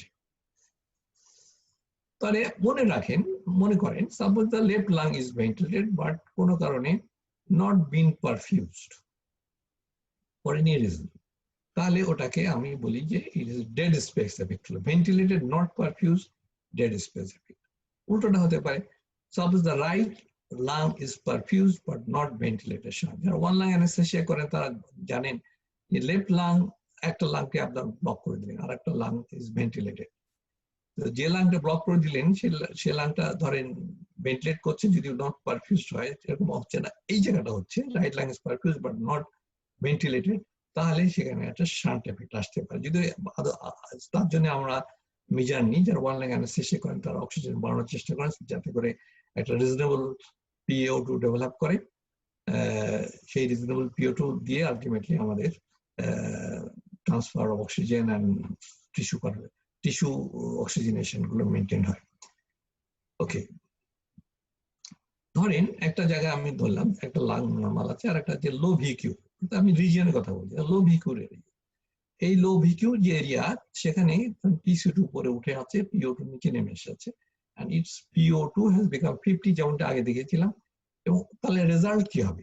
কারণ দিস ফেলা ইজ হিয়ার ইজ নর্মাল, তার দুজনের একটা সংমিশ্রণ, একটা মিক্স হবে ultimately. What will be the result? Result কত হবে? তার উত্তরটা হচ্ছে, যদি বলেন অথবা PO2 অক্সিজেন স্যাচুরেশন হচ্ছে 80%, মানে আমরা এখানে কিছু ইনফরমেশন নিচ্ছি। ইনফরমেশন যে এখানকার অক্সিজেন স্যাচুরেশন ছিল 100 আর এখানকার অক্সিজেন ছিল 80%। ঠিক ODC কার্ভে যদি আপনি যান তাহলে দেখবেন ওখান থেকে বেরিয়ে আসবে যে অক্সিজেন কন্টেন্ট এসছে 20 মিল, আর অক্সিজেন কন্টেন্ট এখানে 16 মিল।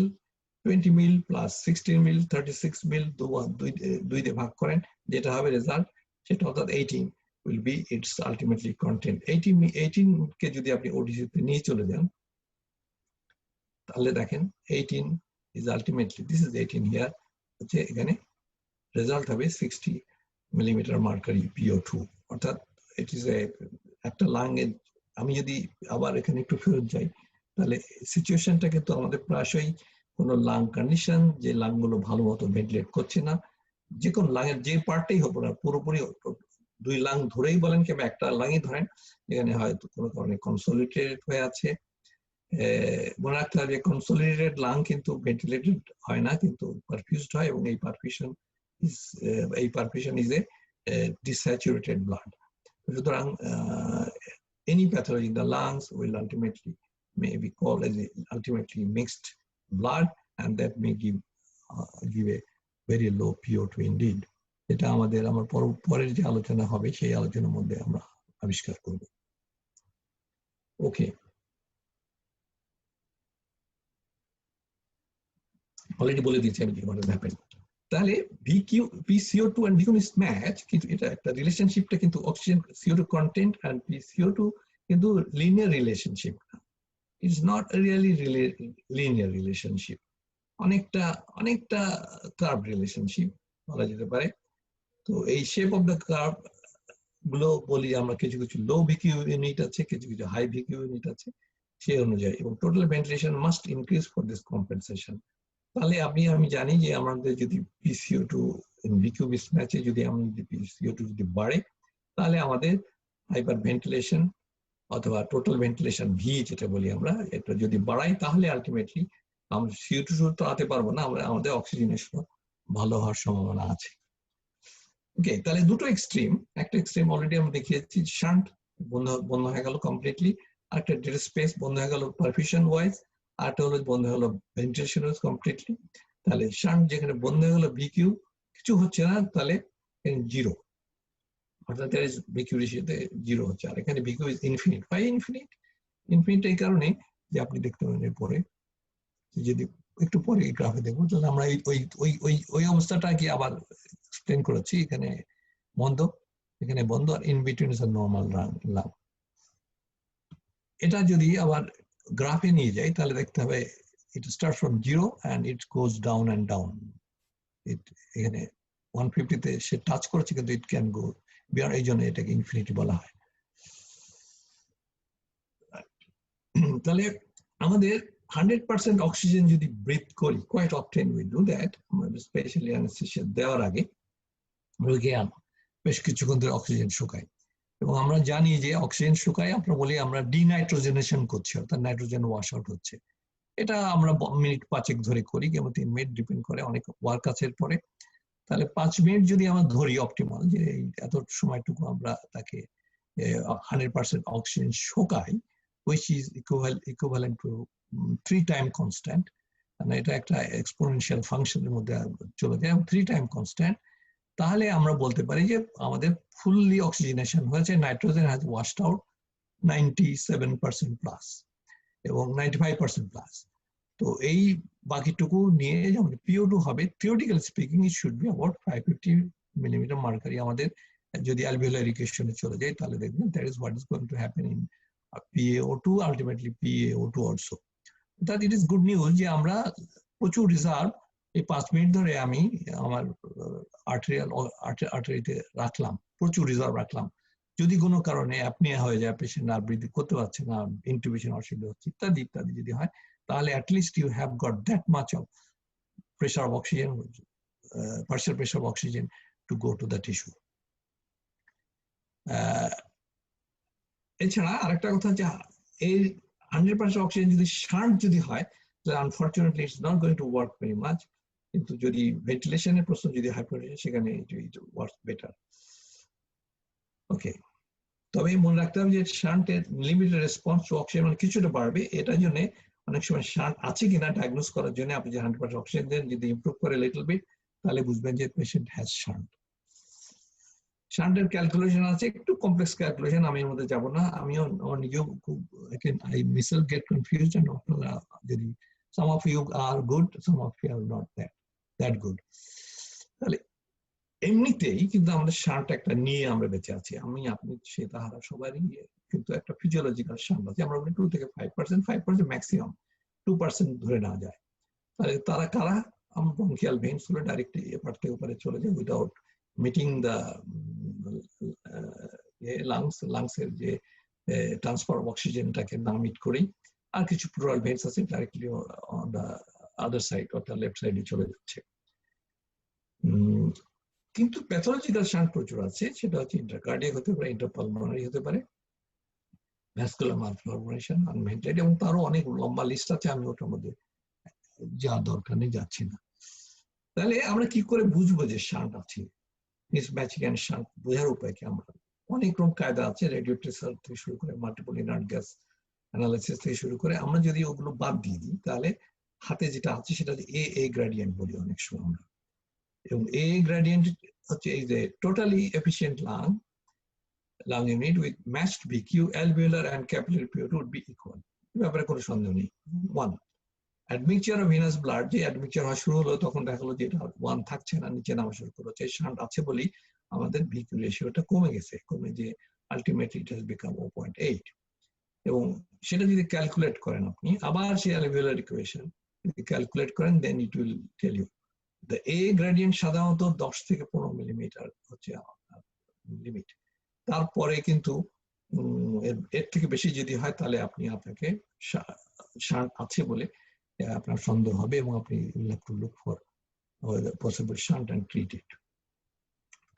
এছাড়া apical and basilar alveoli in the upright posture, মনে রাখতে হবে যে elastic recoil of the individual alveoli is similar throughout the life. Elastic recoil is similar, but the এটা এই নিজস্ব ক্যারেক্টারিস্টিকে কোনো গন্ডগোল নেই। গন্ডগোলটা হচ্ছে যে কে কতটুকু ইনফ্লেটেড হয়েছে সে অনুযায়ী সে ডিফ্লেকশন হবে। At the end of expiration, which is FRC volume, apical alveoli see more negative pressure and are larger than the basilar alveoli. But inspiration সময় basilar alveoli undergo larger volume change, volume increase than apical alveoli. সুতরাং that range there will be more ventilation at the base than the apex. তার মানে বেসে কিন্তু ventilation বেশি থাকবে, অর্থাৎ it will have more dead space effect, shunt effect. On the other hand, that apex এবং base will have more shunt effect. We'll see in a minute. ভালো করে তাকিয়ে দেখেন, এটা আপনার সবার পরিচিত। এটা হচ্ছে আমি ব্লাড ফ্লো, আর এটা হচ্ছে ভেন্টিলেশন। দুটোই কমে আসছে, টপ থেকে বটম, এটা টপ এখান থেকে বটম, দুটোই কিন্তু বাড়ছে, ভেন্টিলেশন বাড়ছে, দুটোই বেড়ে যাচ্ছে, কিন্তু ইন্টারেস্টিংলি প্রপোর্শনেটলি বাড়ছে না। এটা একটা জায়গায় মিট করছে, যেটা 1, এই জায়গাটায় মিট করছে, এখানে 1 বলি আমরা, এখানে দুজন মিট করে, অর্থাৎ এখানে সমান সমান। তা না হলে এটা হচ্ছে আমাদের ভিএকিউ, এখানে মিট করে 1, তা না হলে ইট গোজ আপ টপে আর ইট গোজ ডাউন। তো এখানে বেশি ভেন্টিলেশন টপে, এখানে লেস ভেন্টিলেশন, আর এখানে কম পারফিউশন ভিকিউ। অর্থাৎ নিচে আমরা কিছুটা বিরূপ ভিএকিউটা কমে যাচ্ছে, আর দাদা হ্যান্ড উপরে ভিএকিউটা বাড়তি, as much as it could be as much as 2.5, 3 পর্যন্ত হতে পারে। এবং এরা সবকিছু মিলেমিশে সাম অফ অল মিলে আলটিমেটলি যেটা হয় সেটা হচ্ছে 0.8, ওটাকে আমরা বলি নর্মাল ভিকিউ রেশিও হিসেবে ধরে নিয়ে এসেছি। এবং স্লাইস করা হচ্ছে লাঙে, প্রত্যেকটা জায়গাকে যদি স্লাইস করে করে দেখানো হয় তাহলে ভালো করে দেখেন, one extreme is here, the other extreme is there. এখান থেকে যদি আমরা নিই তাহলে এই স্লাইস গুলোকে প্রত্যেকটা জায়গা করে যদি নেন তাহলে দেখবেন হাই ভিকিউ রেশিও, লো ভিকিউ রেশিও। তাহলে এই যে অ্যাবনর্মাল অক্সিজেনেশনের মধ্যে একটা জিনিস আমরা জেনে গেলাম যে হাইপারভেন্টিলেশনের জন্য হতে পারে, যেখানে CO2 জায়গা নিয়ে নেয় অক্সিজেনের, ভিকিউ মিসম্যাচের জন্য হতে পারে। শান্ট যেটা হয় সেটা অলরেডি বলেছি, pathological shunt. And diffusion block হচ্ছে আমি যদি অ্যালভিওলার ক্যাপিলারি মেমব্রেন যেটা বলি, যেটা হচ্ছে তার থিকনেস যেটা আছে সেটা কোনো কারণে যদি ব্যাহত হয়, এখানে পালমোনারি এডিমা হতে পারে, থিকনেস হতে পারে ILD কারণে, যে কোনো কারণে যদি থিকনেস বাড়ে যায় তাহলে এটাকে বলি আমরা there is a diffusion block. এই কারণে abnormal oxygenation will take place. আমার উত্তরটা হচ্ছে এখনো পর্যন্ত হাইপোক্সিয়ার পেছনে আমরা লেগে আছি। তাহলে what is the key concept here? Key concept is ventilation and perfusion must be matched at the alveolar capillary level. VQ ratio closer to 1 result in alveolar PCO2 close to 100 mm mercury and PCO2 close to 40 millimetre যদি really এটা 1 এর কাছাকাছি আসে, কিন্তু VQ greater than 1 increases PO2, decreases CO2, and less than 1 decreases PO2, vice versa. Shunt and dead space are extremes of VQ mismatching. A gradient 10 থেকে 15 এর তাতে normal physiological শান্টের কারণে, এবং সেটা acceptable. Anything more than that is not. তাহলে চট করে আমরা কন্ট্রোল সিস্টেমে চলে যাই। এটা দিয়ে আমরা শেষ করবো আমাদের রেসপিরেটরি। খুব শর্ট বলা হলো, এর বেশি কিছু করার ছিল না আমার। যাই আমরা জানি এটা নিউরাল কন্ট্রোলে মেডুলারি কন্ট্রোল, পন্টাইন কন্ট্রোল। এখানে নতুন একটা নাম আপনারা দেখছি, প্রি-বিওটিসি, অনেকেই জানেন এটা। বর্জিঙ্গার কমপ্লেক্স বলি আমরা। এটা rhythmic discharge pass through phrenic nerve. এই রিসেপ্টরস আলাদা, এর মধ্যে আবার এই রিসেপ্টরের মধ্যে পি সাবস্টেন্স পি স্টিমুলেট করা ওপিয়েড ইনহিবিটর রেসপিরেশন আছে। এই জিনিস একটু ফেয়ারলি নিউ, খুব নিউ না, ফেয়ারলি নিউ কনসেপ্ট, এবং এটা আমাদের মেডুলারি কন্ট্রোলের মধ্যে চলে এসেছে। আর এছাড়া আপনারা dorsal and ventral growth respiratory neurons, এগুলো সবই কিন্তু মেডুলার মধ্যে। এটা হচ্ছে এফারেন্স টু প্রি-বিওটিসি। এছাড়া পন্টাইন কন্ট্রোল, NPBL আমরা জানি, নিউক্লিয়াস প্যারাব্রাকিয়ালিয়াস এর ভিতরে আছে, inspiratory and so on so forth. ছবিতে জাস্ট একটু রিপ্রেজেন্টেশন করছি। This is the NPBL। তাহলে what about the other part? Control একটা হচ্ছে নিউরাল কন্ট্রোল, একটা হচ্ছে কেমো কন্ট্রোল। কেমোর মধ্যে আমরা জানি যে সেন্ট্রাল কেমোরিসেপ্টরস, পেরিফেরাল কেমোরিসেপ্টরস, এবং সেন্ট্রাল কেমোরিসেপ্টরস হচ্ছে CSF এর হাইড্রোজেন আয়নের এবং CO2 এর কাছে স্টিমুলেটেড হয় এবং অ্যাডাপশন অকার করে। কিন্তু PO2 doesn't do anything about here. এখানে কিছু আর্টেরিয়াল CSF পারে, কিন্তু arterial hydrogen ion does not do anything there. কিছু সেন্ট্রালি কোনো অ্যাক্টিভিটি নেই। On the other hand, peripheral chemoreceptor সেখানে PO2 বেশি অ্যাক্টিভ হয়। এখানে ক্যারোটিড বডিজ কোথায় আছে সেটা, এবং মনে রাখতে হবে যে এটা হচ্ছে hydrogen and CO2 receptor less sensitive, এবং it is more sensitive to hypoxia. it do not adapt. ওটা যেমন অ্যাডাপ্ট করে, এটা অ্যাডাপ্ট করতে পারে না। এটা হচ্ছে পজিশন, আমি ওটার মধ্যে যাব না।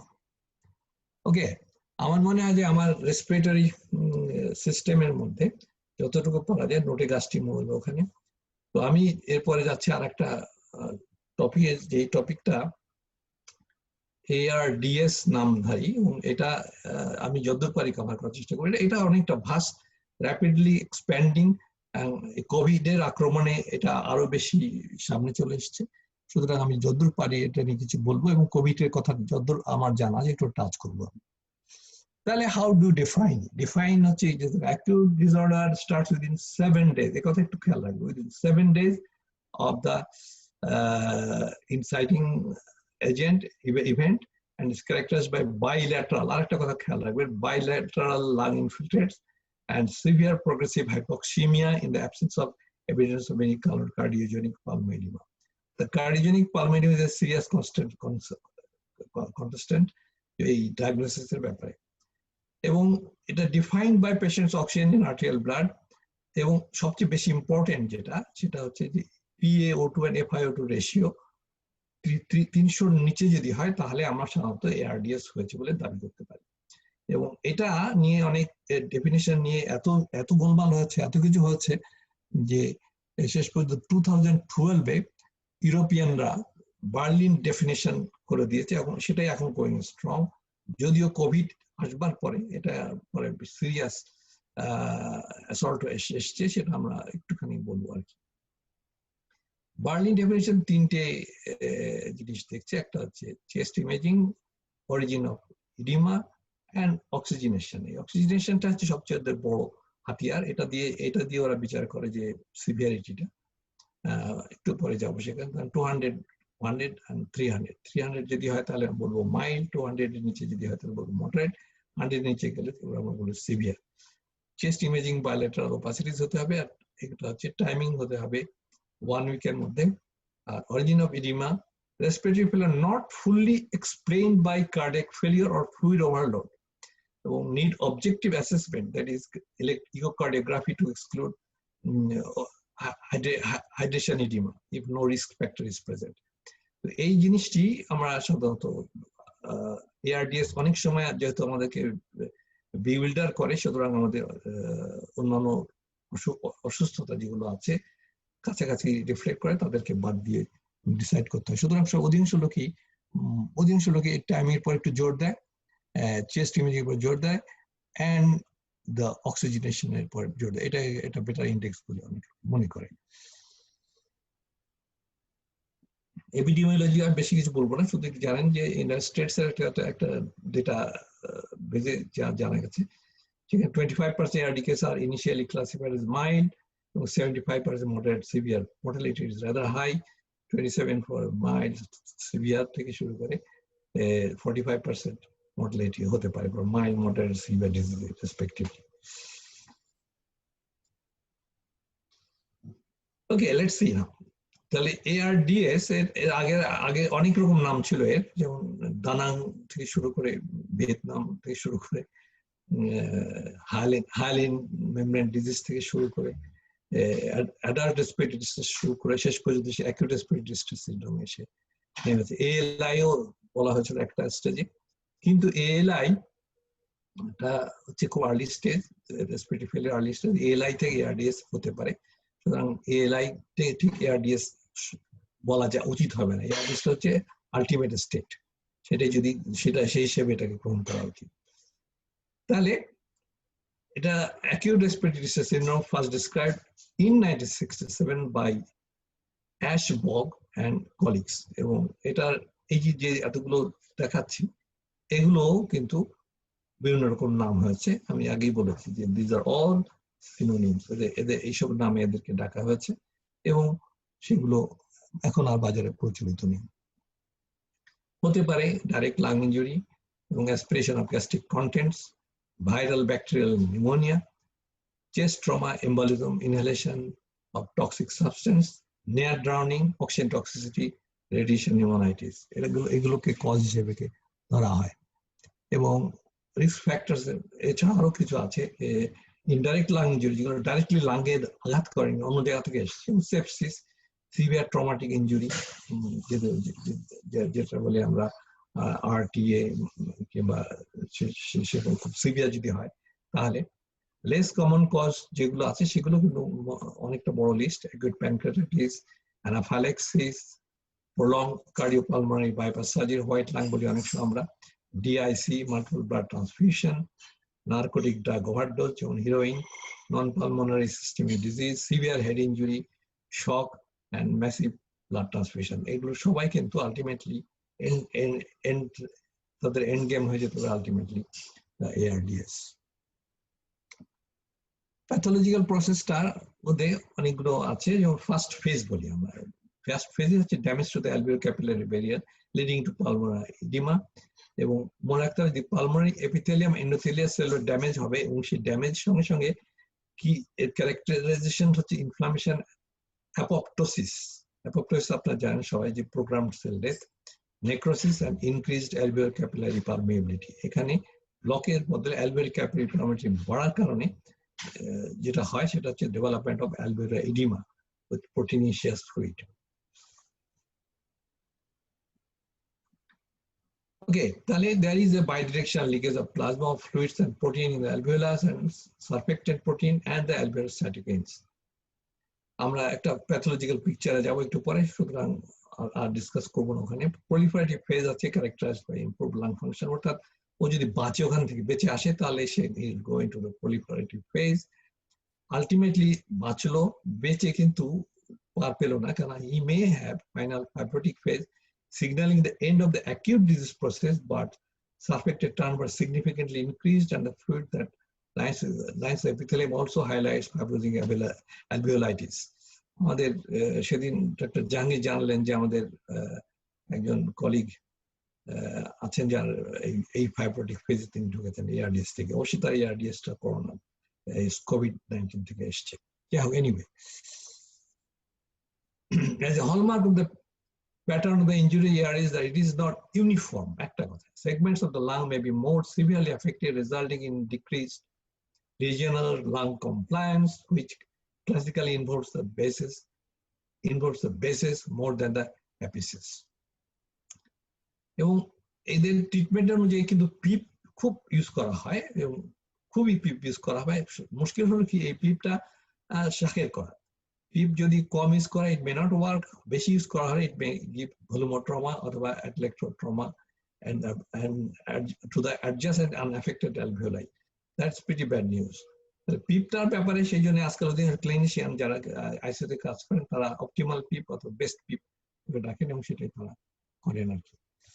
ওকে, লেটস সি। নিউট্রোফিলস যে সেলগুলো এর মধ্যে দায়িত্ব গ্রহণ করে তাদের মধ্যে আপনারা জানেন যে কোনো ইনফ্ল্যামেটরি রেসপন্সে নিউট্রোফিল ফার্স্ট প্রথম সারির লোক মানে যখন নিউট্রোফিল তারপরে অন্যান্য সেলরা যায়, neutrophil infiltration is the first thing. এবং নিউট্রোফিল যখন আসে তখন reactive oxygen species, cytokines, number of inflammatory mediators, তারা সবাই they contribute to the basement membrane damage. এরা কিন্তু ভালো করতে সে অনেক খারাপ কাজ করে, বিকজ সাইটোকিনস ইনফ্ল্যামেটরি মেডিয়েটার্স হলো আলটিমেটলি বেসমেন্ট মেমব্রেন ড্যামেজ করতে পারে। আর আছে লোকালি অ্যাভেলেবল অ্যালভিওলার ম্যাক্রোফেজ, যেটা অ্যালভিওলার ভিতরে থাকে, আগে বলেছি। অ্যালভিওলার ম্যাক্রোফেজেরও কিন্তু তার প্রচুর কর্ম আছে এবং তার কাছ থেকেও প্রচুর সাইটোকাইনস এবং ইনফ্ল্যামেটরি মেডিয়েটার্স বেরিয়ে আসে। তারা সম্মিলিতভাবে আলটিমেটলি এই বেসমেন্ট মেমব্রেন গুলোকে ড্যামেজ করে এবং হায়ালাইনাইজেশন তৈরি হয়। Epithelium contained within the alveolar epithelium tissue are highly metabolically active এবং টাইপ 2 alveolar cells, আমরা যারা নিউমোসাইটের কথা খেয়াল আছে তাহলে একটা থিন সেগমেন্ট একটা থিক সেগমেন্ট আছে। থিক সেগমেন্টের মধ্যে টাইপ 2 alveolar সেল যেখানে তৈরি হয় সারফেক্টেন্ট। এই alveolar সেলগুলো কিন্তু সারফেক্টেন্ট তৈরি করার বদলে উল্টে ড্যামেজড এপিথেলিয়ামকে রিপেয়ার করার জন্য চেষ্টা করে, সুতরাং সারফেক্টেন্ট তৈরি ব্যাহত হওয়া শুরু হয়। এটা হচ্ছে যে পিকচার, খুব পপুলার পিকচার, অনেক আছে, বিভিন্ন জন এই ছবিটা ইউজ করে। এটা একটু ব্লার, তবুও মোটামুটি বলা যায় যে this is here is neutrophil, activated neutrophil, this here is alveolar macrophage, এবং এটা সবাই TNF alpha, MIF, M1 factor, IL6, IL10 এবং IL2 এরা সেলুলার ডেব্রি সবাই। আর এখানে নিউট্রোফিল থেকে বেরোচ্ছে অক্সিডেন্টস, PA ফ্যাক্টর, প্রোটিয়াসেস, লিউকোট্রিয়েন্টস, অ্যাক্টিভেটেড। এবং এখানে যেমন ইনট্যাক্ট টাইপ বি সেলস, এই বি সেলটা ইনট্যাক্ট থাকে বলে সঙ্গে সঙ্গে নিউমোসাইটের অন্য পার্টটাকে সে রিপেয়ার করার চেষ্টা করে। আর এখানে দেখবেন যে ডিনিউটেড বেসমেন্ট মেমব্রেন, অর্থাৎ এর পারমেবিলিটিটা কমে যায়, এখানে তৈরি হচ্ছে দিস ইজ হাইলিন মেমব্রেন, এখানে হাইলিন মেমব্রেন তৈরি হওয়া শুরু হয়। আর ডিনিউটেড শেড করার জন্য এখানকার এক্সুডেশন, অর্থাৎ this area is filled up with protein rich edema fluid. Whole area is unable to diffuse any oxygen that is coming through. এটা হচ্ছে normal part of the partition comparison করা হচ্ছে।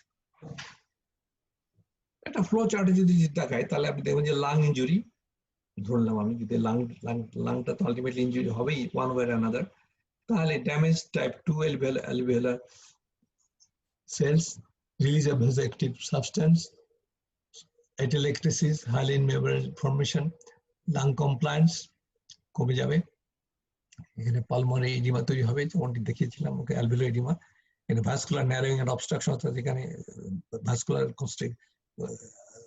ভেসোকনস্ট্রিকশন হবে এবং আলটিমেটলি ভেসোকনস্ট্রিকশন লিড টু, এগুলো অনেক শেষের দিকে, তার তবুও পালমোনারি হাইপারটেনশন হবে এবং all will lead eventually to ARDS. তাহলে এটা 7 দিনের মধ্যে within 7 days যে ইনিশিয়েটিং ইনসাইটিং অসুস্থতার 7 দিনের মধ্যে এই কাণ্ডগুলো হয়ে যদি এই কাণ্ড এই পর্যন্ত পৌঁছতে পারে তাহলে patient will be going to the ARDS, যার mortality is rather very high.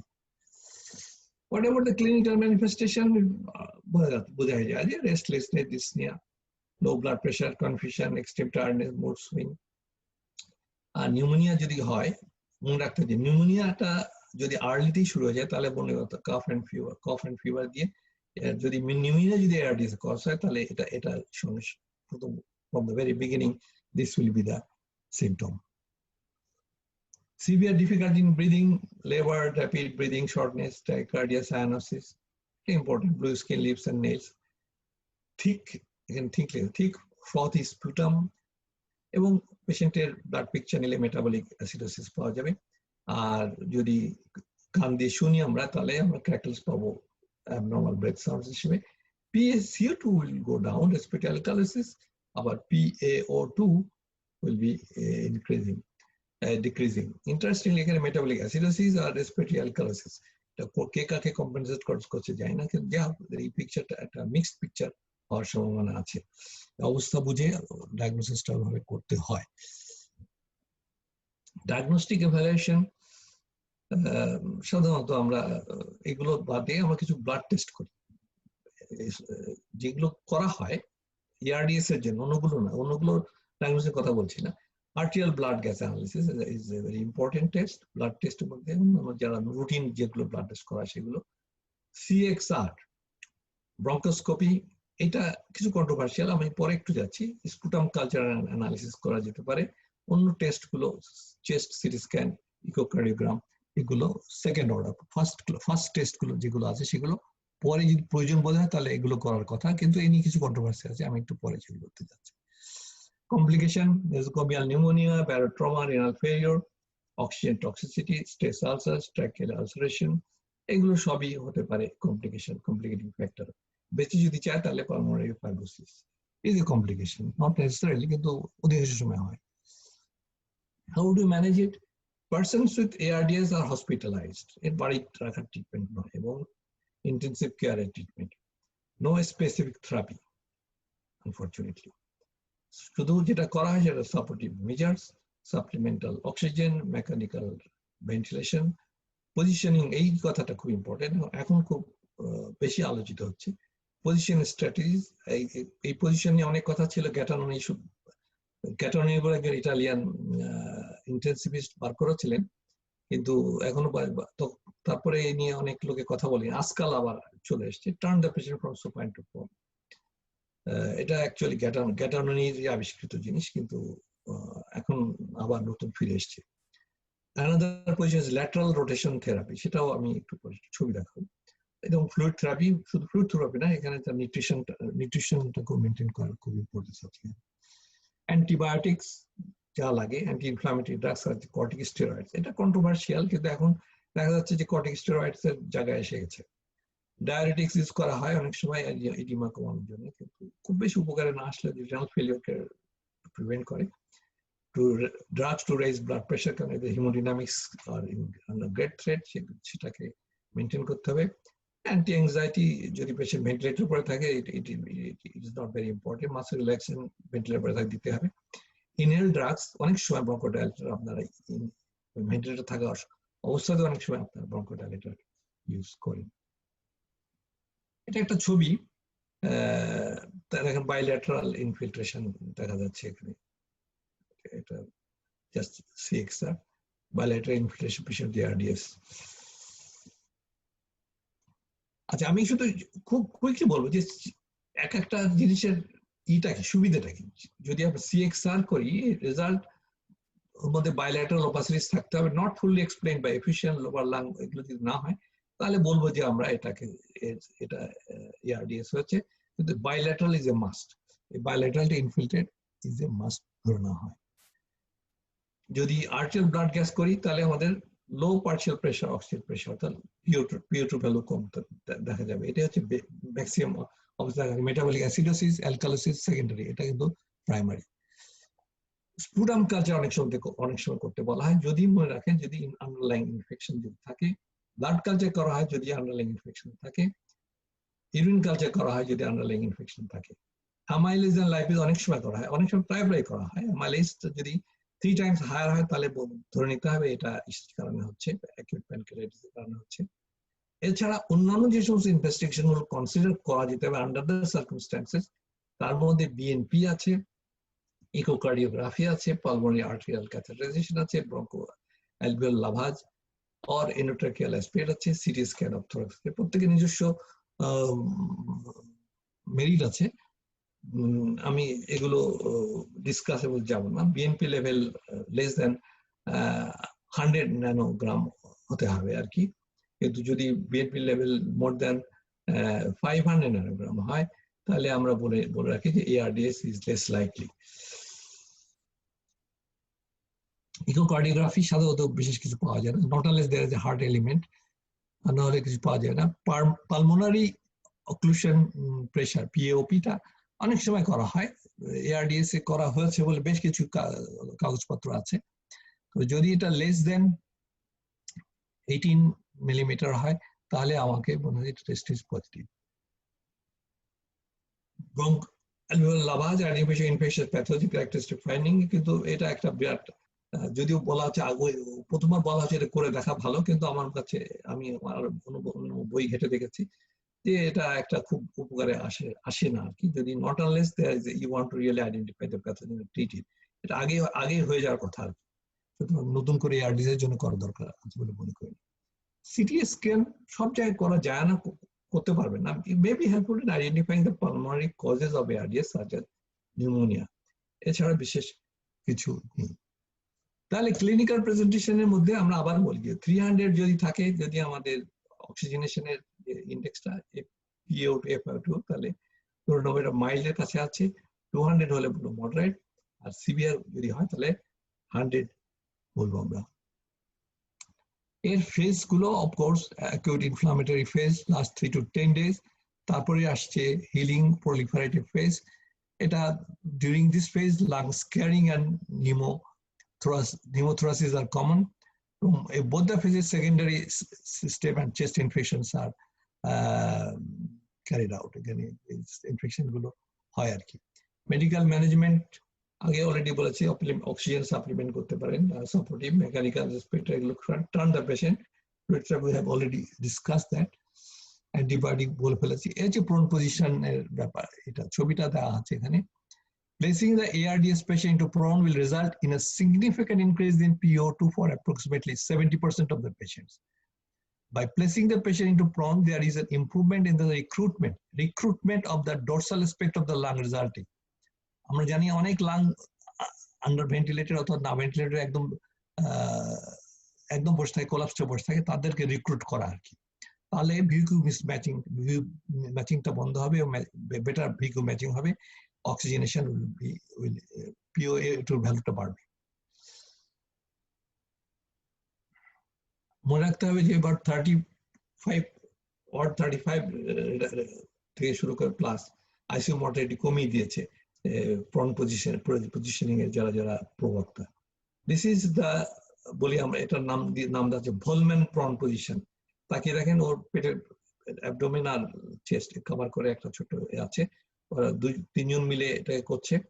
This ফেলা মাস্ট বি দ্য অ্যানেস্থেটিস্ট, যে মাথাটা ঠিক রাখছে যাতে করে না ঘুরে যায়, আর 2জন নার্স মিলে চেঞ্জ করছে। কিন্তু একে নেক্সট ছবি যদি তাকান তাহলে দেখতে পাবেন এটা কিন্তু আমরা নর্মালি যে প্রোন পজিশনে করে যে সার্জারি গুলো করা হয় সেই পজিশনে এসে শোল্ডারের নিচে বালিশ আছে, অর্থাৎ ফোম দেওয়া আছে, পেলভিসের কাছে আছে, কিপিং দ্য অ্যাবডোমেন ফ্রি। এই প্রন পজিশনটা বলা হয় ভলম্যান প্রন পজিশন। এছাড়া আরেকটা আছে যেটা এক্সপেন্সিভ বেড, এটার নাম হচ্ছে ল্যাটারাল রোটেশন থেরাপি বেড। আমি এই ছবিটাই পর্যন্ত পেয়েছি, আমি এর বেশি জানি না, তবে এটাকে ঘুরিয়ে ল্যাটারালি নিয়ে যাওয়া যায়। বিভিন্ন সময় এই ল্যাটারাল রোটেশন করে আবার সোপাইন করে আবার ল্যাটারাল রোটেশন করে এই ট্রিটমেন্টটা চালু রাখা হয়, এবং অনেকে যারা এনে কাজ করেছেন তারা বলেছেন যে this has worked very well. অন্যান্য যে সমস্ত ইন্টারভেনশন করা যায় তাহলে suctioning and open and close, VHI ventilator hyper inflation, অর্থাৎ পিপ অনেক সময় অনেক ঝামেলা সৃষ্টি করে বলে এর অল্টারনেটিভ ভিএইচআই এর কথা বলা হচ্ছে, যে ভিএইচআই অপটিমাল পিপ যদি তাৎক্ষণিক ভালো না হয় তাহলে ভিএইচআই ভেন্টিলেটর হাইপার ইনফ্লেশন করে কিছু উপকার পাওয়া গেছে। পজিশনিং তো বলাই হচ্ছে অলরেডি। মেকানিক্যাল ভেন্টিলেশনের জন্য যেগুলো সাজেশন আছে, ইনভার্স রেশিও ভেন্টিলেশন, নতুন মোড যেটা বাজারে এসে এয়ারওয়ে প্রেসার রিলিজ ভেন্টিলেশন, আর আগে থেকে ছিল হাই ফ্রিকোয়েন্সি অসিলেশন। এছাড়া একমো এক্সট্রা কর্পোরিয়াল মেমোরি অক্সিজেনেশন আমাদের বাংলাদেশে আছে কিনা আমি জানি না, আমার মনে হয় না, অ্যাপোলোতে কেনার কথা হচ্ছিল নাকি, আসছেই না জানি না, এসে থাকলে খুব ভালো, এটা very useful. And inhaled nitric oxide, এটা অনেক সময় লোকজন বিশ্বাস করেন, অনেক সময় মনে করে যে it works. Okay, this is একটা একমোর সেট আপ, অনেক এলাবোরেট, ডিফিকাল্ট, কিন্তু ইউজফুল। নাও যে এরিয়াতে যাচ্ছে সেটা খুব বেশি কিছু বলার নেই আমার। এটা হচ্ছে কোভিড, যে এটা ভাইরাসটা দেখলে বুঝতে পারছে what I am talking about. এর কিছু স্পেসিফিক ফিচার আছে। তার মানে যে in relation to ARDS, injury site of COVID-19 হচ্ছে, ইনজুরি সাইট হচ্ছে লাং, এ ব্যাপারে কোনো সন্দেহ নেই। As a result of acute systemic inflammatory response which is caused by insults to the lung, either direct or indirect. Exudative stress presses diffuse alveolar damage, মানে অন্যান্য ARDS এ যেগুলো হয়, অন্যান্য অসুখ থেকে আসে সেগুলো কিছু না, ডাইরেক্টলি লাগেই গণ্ডগোলটা। Destruction of epithelial endothelial cells. Diffuse COVID-19 mainly affected the respiratory system and minor damage to other organ. অন্য অর্গানকে সে এফেক্ট কম করে, লাংয়ে এফেক্ট করেই রোগীটাকে ইউজুয়ালি কাজ করে দেয় before it effects the other organs. যদি লিঙ্গার করে তাহলে করবে, তা নাহলে সাধারণত একটা পেশেন্ট রেনাল ফেলিওর কিংবা লিভার ফেলিওর এই পর্যন্ত যাবে না, তার আগেই সে রেসপিরেটরি ফেলিওর কাজ হয়ে যাবে, ARDS এ কাজ হয়ে যাবে। এবং studies reported that acute myocardial injury is another thing. Acute renal injury 15%, 17%, খুব বেশি হাই না ওই সেন্সে, কিন্তু এবং অন্যান্য অর্গান ইনজুরি থেকে ARDS শুধু লাংয়েই সবচেয়ে বেশি আক্রান্ত করেছে, যদি অন্যান্য অর্গান হ্যাজ বিন ইনভলভ, কিন্তু সেটা কম। কিন্তু এখানে ইম্পর্টেন্ট কথা হচ্ছে কি, যে এই ARDS আর আমরা যে ARDS আলোচনা করে এলাম তার সাথে কোনো ডিফারেন্স আছে কিনা। ডিফারেন্সটা হচ্ছে, একটা হচ্ছে ইনজুরি সাইট, মেইনলি এটা রেসপিরেটরি সিস্টেমকে, অ্যালভিওলার এপিথেলিয়াল, ওটা অন্যান্য অর্গান ইনভলভ করে লাংয়ে ডাইরেক্টলি ইনজুরি হতে পারে, কিন্তু এটা ইনজুরি সাইট লাংই হবে প্রাথমিকভাবেই। Specificity of clinical features, clinical symptoms are inconsistent with the severity of laboratory imaging findings. অর্থাৎ ওই যে আমরা যে এটা বললাম PaO2 আর FiO2 যে রেশিওটা, PaO2 আর FiO2 যে রেশিওটা, তার যে হিসেব, এটা অতটা মেলে না, এক্স্যাক্টলি বার্লিনস ডেফিনিশনের সঙ্গে মিল খায় না, এবং ক্লিনিক্যাল ম্যানিফেস্টেশনস আর রিলেটিভলি মাইল্ড, ARDS আরো বেশি সিভিয়ার। টাইমিং অনসেট কিন্তু ও মানছে না, ওটা যেমন 7 দিনের মধ্যে সীমিত, এখানে 8 থেকে 12 days, ইভেন লঙ্গার লাগে two go to ARDS stage. Respiratory distress complication, lung compliance might be relatively less, less affected. আপনি দেখবেন যে অনেক সময় লাং কমপ্লেক্স মোটামুটি ভালোই আছে, ARDS এ অন্যান্য কমপ্লেক্স যেমন অনেক কমে গেছে, এখানে অতটা কমেনি। এবং পিপটা সাধারণত যেটা দিয়ে বার্লিন ডেফিনেশন যেটা আছে, সেই ডেফিনেশনটার সঙ্গেও তার মিল নেই অনেক সময়, এবং দেখা গেছে যে মডারেট থেকে সিভিয়ার 150 নিচেও নামতে দেখা গেছে, যেটা সিভিয়ার সাধারণত অনেক 100 এর নিচে না হলে সিভিয়ার হয় না। এর ম্যানেজমেন্ট প্রোটোকলের মধ্যে সাধারণত আমরা যেটা এখনই সবচেয়ে বেশি করা হচ্ছে, HFNO, high flow nasal oxygen আমরা দিচ্ছি এবং খুব ভালো উপকার পাওয়া যাচ্ছে। কর্টিকোস্টেরয়েড বাজারে খুব চালু আছে, আমরা জানি যে আমাদের বাংলাদেশেও খুব ইউজ হচ্ছে। আমরা এখানেই শেষ করতে চাই। ARDS সম্বন্ধে আরো অনেক কোশ্চেন থাকতে পারে, কিন্তু সব উত্তর আমি জানি না, but নেভারদিলেস that's how it is. আমি এখানে যদি স্টপ করি, আপনারা কাছে ফেরত গেলাম। Thank you sir. 1 ঘন্টা সময় নিয়ে নিয়েছেন। না sir,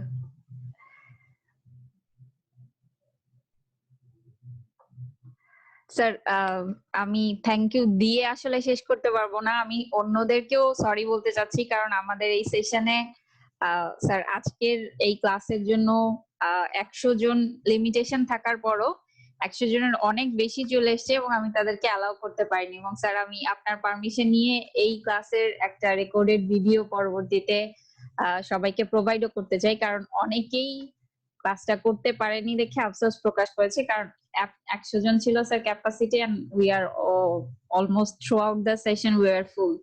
But sir, for the session I can't say how much grateful we are. এটা এমন একটা টাইম ডিমান্ডিং টপিক, এবং আমরা as an anaesthetist respiratory system তো আমাদের জন্য ডাই হার্ড টপিক। আমি স্যার যদি আপনার পারমিশন থাকে, অন্যদের আপনাকে অন্য কেউ যদি কিছু বলতে চান তাহলে আমি সেটা বলতে পারবো। জি স্যার। কন্ট্রিবিউট করতে অনেকের নিজের ফার্স্ট হ্যান্ড এক্সপেরিয়েন্স আছে, কন্ট্রিবিউট করতে পারে, করতে বলেন জি স্যার, বেশি আপনার পারমিশন নিয়ে আমি সেটা করতে চাইবো। আমাকে প্রশ্ন করে বিব্রত না করতে বলেন আর কি। জি স্যার, ঠিক আছে। আমার স্যার আছেন লুৎফুল আজিজ স্যার, আমি যদি আপনার সাথে একটু কথা বলতে চাচ্ছিলাম, স্যার একটু আনমিউট হবেন স্যার?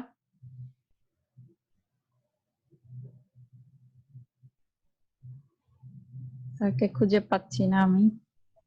আচ্ছা, অনেক ভিড় হারিয়ে গেছে আর কি। জি স্যার, আমি আমার কাছে স্যার অনেকগুলো কোশ্চেন আসছে, হ্যাঁ, আমি ঠিক আছে। সবাইকেই বলবো সেটাতে কমেন্ট করতে। হ্যাঁ, আমি স্যার না পারলে ওরা আছে আর কি। জি স্যার, অবশ্যই স্যার।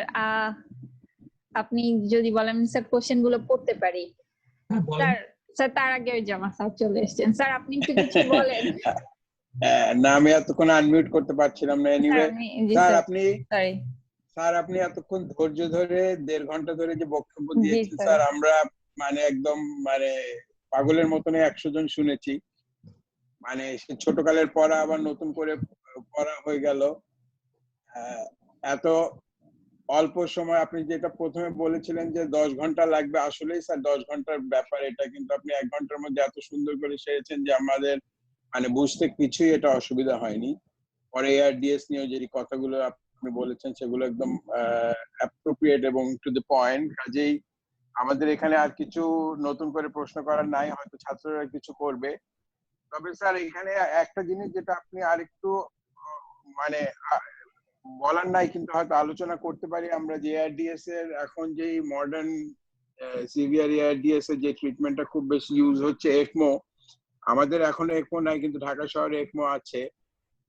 ইউজ হচ্ছে কিনা আমি এখনো শিওর না, দুটো জায়গায় ECMO আছে, কিন্তু ECMOর ইউজটা খুব বেশি হচ্ছে স্যার।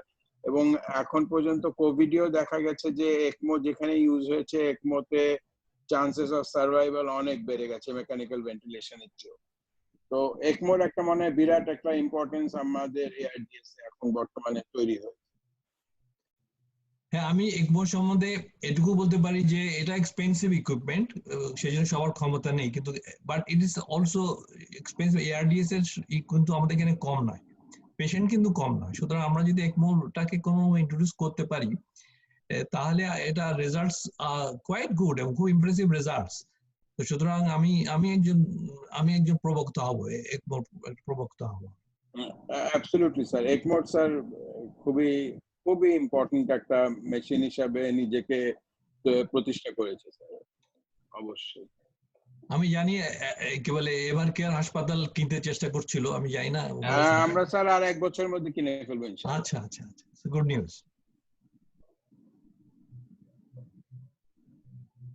এই কাজী প্রশ্নগুলো করে ফেলো স্যার। আমি কোশ্চেনগুলো তাহলে পড়ে ফেলি স্যার। আমার কাছে একটা কোশ্চেন আছে, what is the mechanism of silent hypoxia in case of COVID-19 ARDS? এটা একটা খুব ডিফিকাল্ট জিনিস, সাইলেন্ট হাইপক্সিয়া, অর্থাৎ মানে কোভিড-19 সম্বন্ধে আমরা কিন্তু অ্যাকচুয়ালি খুব বেশি জানি না, এটা কিন্তু প্রাথমিক কথা। খুব বেশি জানি না, প্রত্যেকটা সময় শুনছি যে এটা এটা নয়, ওটা নয়, সেটা এটা হচ্ছেই। তো হাইপক্সিয়া হচ্ছে, অথচ আমি আগেই বলেছি যে অনেক সময় হাইপক্সিয়া হচ্ছে কিন্তু patient is not feeling it, patient বলছে যে না ঠিকই আছে, রাইট।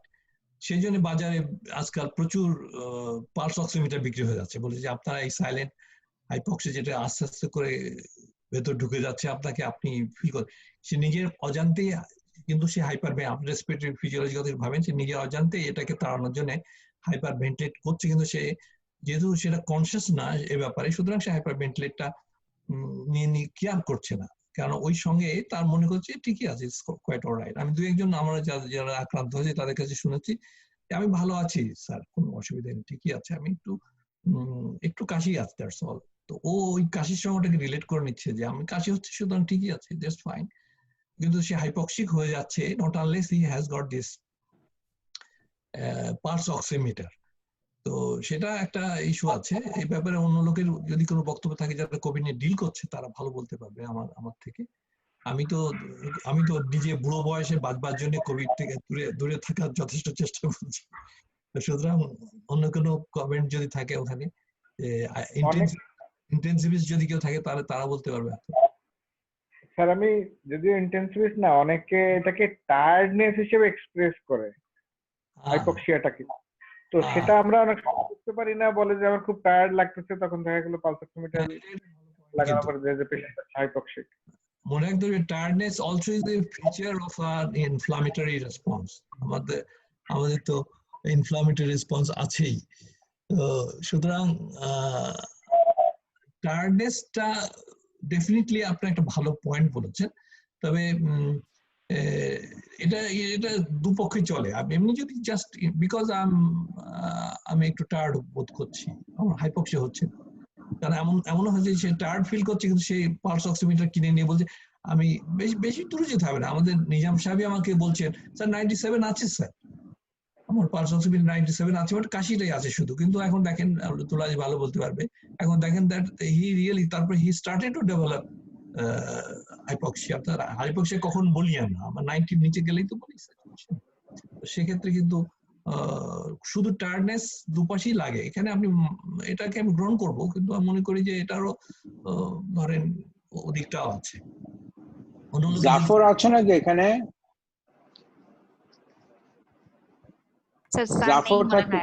জাফর নেই না? জাফর থাকলে আমাদেরকে একটু হ্যাপিলি হাইপক্সিক সম্বন্ধে একটু বলতে পারতো, কারণ ও প্রচুর পেশেন্ট ডিল করছে। কোভিডের এই হাইপক্সিয়াকে একটা সুন্দর নাম দিয়েছে হ্যাপিলি হাইপক্সিয়া। পেশেন্টের 80 হয়ে যাচ্ছে, পেশেন্ট কিন্তু আরামে ফোনে কথা বলে যাচ্ছে সবার সাথে যে সে খুব ভালো আছে, কোনো অসুবিধা নেই। কিন্তু এই ডেটেরিয়েশনটা খুব স্লোলি প্রোগ্রেস করে তারপরে একটা র্যাপিড ডেটেরিয়েট করে, তখনই যে জিনিসটা হয় এই জিনিসটা বোঝা যায় না দেখেই পেশেন্ট গুলো এখানে খারাপ হয়ে থাকে। এবং যেই সময় হাসপাতালে আসে তখন delayed arrival in the hospital হয়, যার জন্য অনেক সময় দেখা যায় যে আমাদের পেশেন্ট গুলো খারাপ হয়ে যায়। এই হ্যাপিলি হাইপক্সিকের সময় যদি আমরা পেশেন্ট গুলোকে পাই, তখন যদি আমাদের HFNO ট্রিটমেন্টটা করা হয়, তখন কিন্তু আমাদের রেজাল্ট গুলো খুব ভালো দেখা যায়। নিজাম ভাইয়ের ক্ষেত্রে অনেকটা একই রকম হয়েছে। নিজাম ভাই যখন এসছে তখন সে হ্যাপিলি হাইপক্সিক ছিল, এখন তার খুবই অল্প অক্সিজেন এবং কিছুটা HFNO দেওয়াতে এখন সে খুবই ভালো ফিল করছেন আর কি। তো এটার মেকানিজমটা স্যার আমি বলতে পারবো না, সেই জন্য আমি একটু জাফরকে চাচ্ছিলাম যে হ্যাপিলি হাইপক্সিক কথাটার এক্স্যাক্টলি মেকানিজমটা কি সেটা আমার একটু জানার ইচ্ছা। আমার এক্সপ্লানেশনটা যেটা হচ্ছে সেটা হচ্ছে যে এখানে তো যেহেতু লাঙে ইনজুরিটা, আবার আপনি লক্ষ্য রাখেন এর কমপ্লায়েন্সটা কিন্তু খুব বেশি চেঞ্জ হচ্ছে না।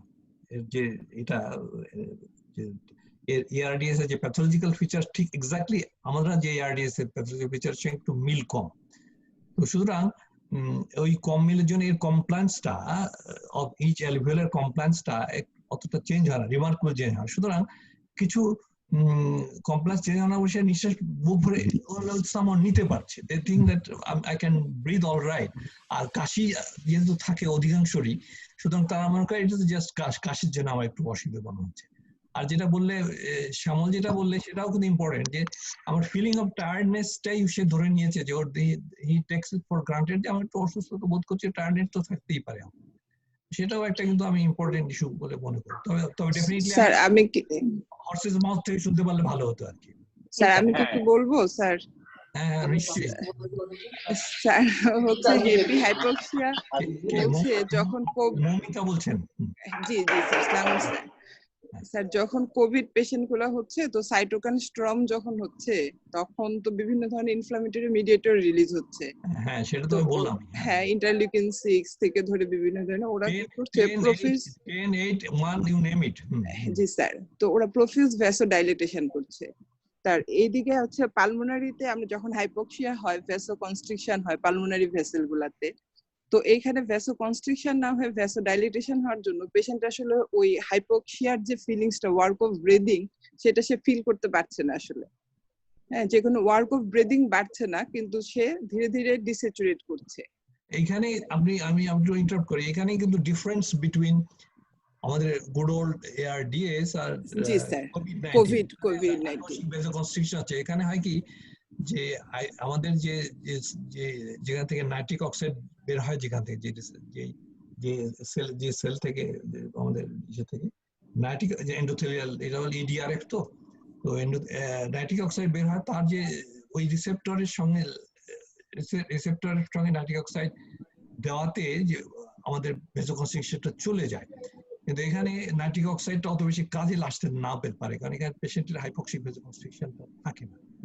সুতরাং আপনি maybe you are right on that, যে যেহেতু ভেসোডাইলেট করে সুতরাং তার ভেসোকনস্ট্রিকশন এফেক্টটা কম থাকে। কিন্তু ডেফিনেটলি আপনি যদি নিজে দেখে থাকেন, তাদের কি হাইপক্সিমিয়া যেটা হয় ultimately that goes quite down, তাই না? অনেক নিচে তো নেমে যায় আলটিমেটলি। হ্যাঁ জি স্যার, সেজন্যই মানে পেশেন্ট আমরা হয় যখন হাইপক্সিয়া হয় পেশেন্টের তো ওয়ার্ক অফ ব্রিদিংটা বাড়ার কথা। হ্যাঁ, কিন্তু এইখানে ওই ইসের জন্য প্রফিউজ ভ্যাসোডাইলেটেশনের জন্য সে হাইপক্সিক হচ্ছে, কিন্তু তার ওয়ার্ক অফ ব্রিদিংটা বাড়ছে না, সেজন্য সেটাকে হ্যাপিলি হাইপক্সিয়া বলছে আর কি। হ্যাঁ, ওই যে কমপ্লায়েন্সটা খুব বেশি, কমপ্লায়েন্সটা জি স্যার, জি ওয়ার্ক অফ ব্রিদিং WB যেটা বলি আর কি আমরা, that is not increasing that much. আর অনেকেই কিন্তু অ্যাট্রিবিউট করে যে আমি কাশি টাশি দিচ্ছি, এর সঙ্গে তো জড়িত আছে এটা এমন কিছু। তবে প্যাথোলজিক্যাল এক্সপ্লেনেশন এটা একটা হতে পারে, ভেরি কোয়াইট প্লজিবল, এটা হতে পারে। এখান থেকে টায়ার্ডনেসও চলে আসে। আমি নিশামলকেও করতে চাচ্ছি, ট্যাগিং করতে চেষ্টা করছি। তো দ্যাট ইজ আর এক্সপ্লেনেশন। আপনারা শুনলেন এটা, যে এখানে ভেসোডাইলেটেশন হচ্ছে ইনস্টেড অফ হাইপক্সিক ভেসোকনস্ট্রিকশন, বিকজ এই মেডিয়েটর যেগুলো বেরোচ্ছে এগুলো অধিকাংশই কিন্তু about the same mediator, ARDS যেগুলো বেরোচ্ছে similar type of cytokines and other inflammatory mediators. You name it, TNF alpha থেকে IL, all sorts of IL, they are all coming out. কিন্তু এদের vasodilatory এফেক্টটা একটু বেশি, more than the other, there is full blown ARDS counterpart. সেই কারণে আমার মনে হয় যে এদের ভেসোকনস্ট্রিকশন এফেক্টটা একটু কম হয়, অথবা vasodilatation takes over. Yes. কাজী, তুমি প্রশ্নগুলো শেষ করে ফেলো তাড়াতাড়ি। জি স্যার। স্যার আমার কাছে আরেকটা প্রশ্ন এসেছে যে which one is preferred in COVID hypoxia, non-invasive ventilation with mask or high flow nasal oxygen therapy? আমার জানার মধ্যে আমি যতগুলো লিটারেচার পড়েছি সবাই কিন্তু হাই ফ্লো নেজাল অক্সিজেনটাকে পছন্দ করছে। কিছু কিছু জায়গায় আমি শুনেছি যে ইন্টেনসিভিস্টরা চাচ্ছেন যে আমি NIV করতে পারি কিনা, নন ইনভেসিভ ভেন্টিলেশন করতে পারি কিনা। কিন্তু এটা আমেরিকানরা কিন্তু সিরিয়াসলি তাদেরকে মানা করেছে যে NIV এটা NIVর কারণে হতে পারে, কারণ এটা লক্ষ্য রাখেন এটা কিন্তু আপনার এনভায়রনমেন্টকে দূষিত করে ফেলতে পারে। That's why they have said you do not use NIV. So on the other hand, high flow nasal oxygen probably a little bit safer এবং results are better. Okay. NIV কেউ ইউজ করেছে কি, NIV কেউ use করেছে কিনা আমি জানি না, আপনারা বলতে পারবেন। স্যার আমরা ICU তে করেছি ইউজ, দুইটা সিনারিওতে এই পর্যন্ত আমি দেখেছি যে আমরা মডিফাইড স্নরকেল বা মাস্ক দিয়ে বা নিউমো মাস্ক দিয়ে আমরা পেশেন্টটাকে NIV ট্রাই করেছি এবং আউটকাম ভালো ছিল। আচ্ছা, এটা comparable with HF and NF, কি বলে HFNF?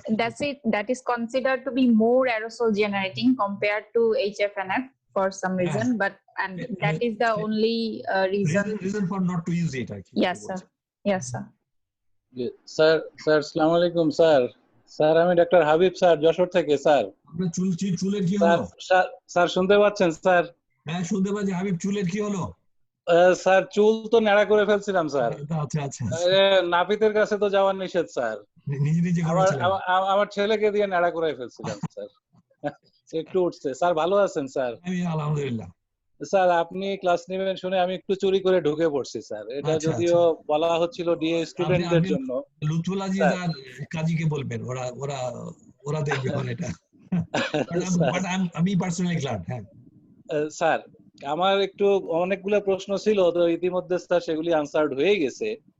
এই হ্যাপি হাইপক্সিয়া রিলেটেড স্যার আর একটুখানি আমি জানতে চাচ্ছিলাম স্যার, যে শুনেছি স্যার যে অনেক সময় যে এই কোভিড পেশেন্ট গুলি চিকিৎসায় থেকে ইমপ্রুভ করে ভালো হয়ে বাড়ি চলে গেছে বা ইমপ্রুভ করে ফেলছে অনেকটা, এই অবস্থায় আবার ডেটোরিয়েট করে বা অনেক সময় সে কোভিড নেগেটিভ হয়ে বাড়ি চলে গেছে সেখানে তাদের হঠাৎ করে মানে ডেটোরিয়েট করে, এবং যেটা লুৎফুল আজিজ স্যার বললেন যে এই রোগীগুলা যখন হাসপাতালে আসে মানে তখন আর তাদেরকে বাঁচানো সম্ভব হয় না। তা আমার স্যার কথা হলো যে ইমপ্রুভ করার পরে এই সাডেন ডেটোরিয়েশনের রহস্যটা কি স্যার? মানে এই পয়েন্ট অফ ভিউতে স্যার, এই মানে স্যাচুরেশন পয়েন্ট অফ ভিউতে স্যার। আমি শুধু এইটুকু বলতে চাই যে 1 নম্বর উত্তর হচ্ছে যে এই অধিকাংশ যারা ইমপ্রুভ করে বাড়িতে গেছে অধিকাংশ ARDS হয়নি, তারা এমনিতেই ওদের লেভেলে যে গিয়ে সিভিয়ার ধরেন ARDS এর আগেই তারা ইমপ্রুভ করে গেছে। ARDS হলে তাদের mortality rate is rather high, very high. আমাদের দেশে তো ডেফিনেটলি বাইরে কান্ট্রিতেও খুব হাই।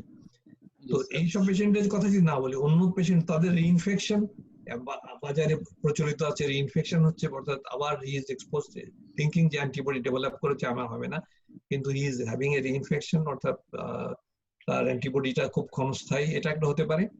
আর এই সেকেন্ডারি ইনফেকশনের কারণটা হচ্ছে কি যে তার অলরেডি যে defence system that has been tried and that has been very much compromised with in a way.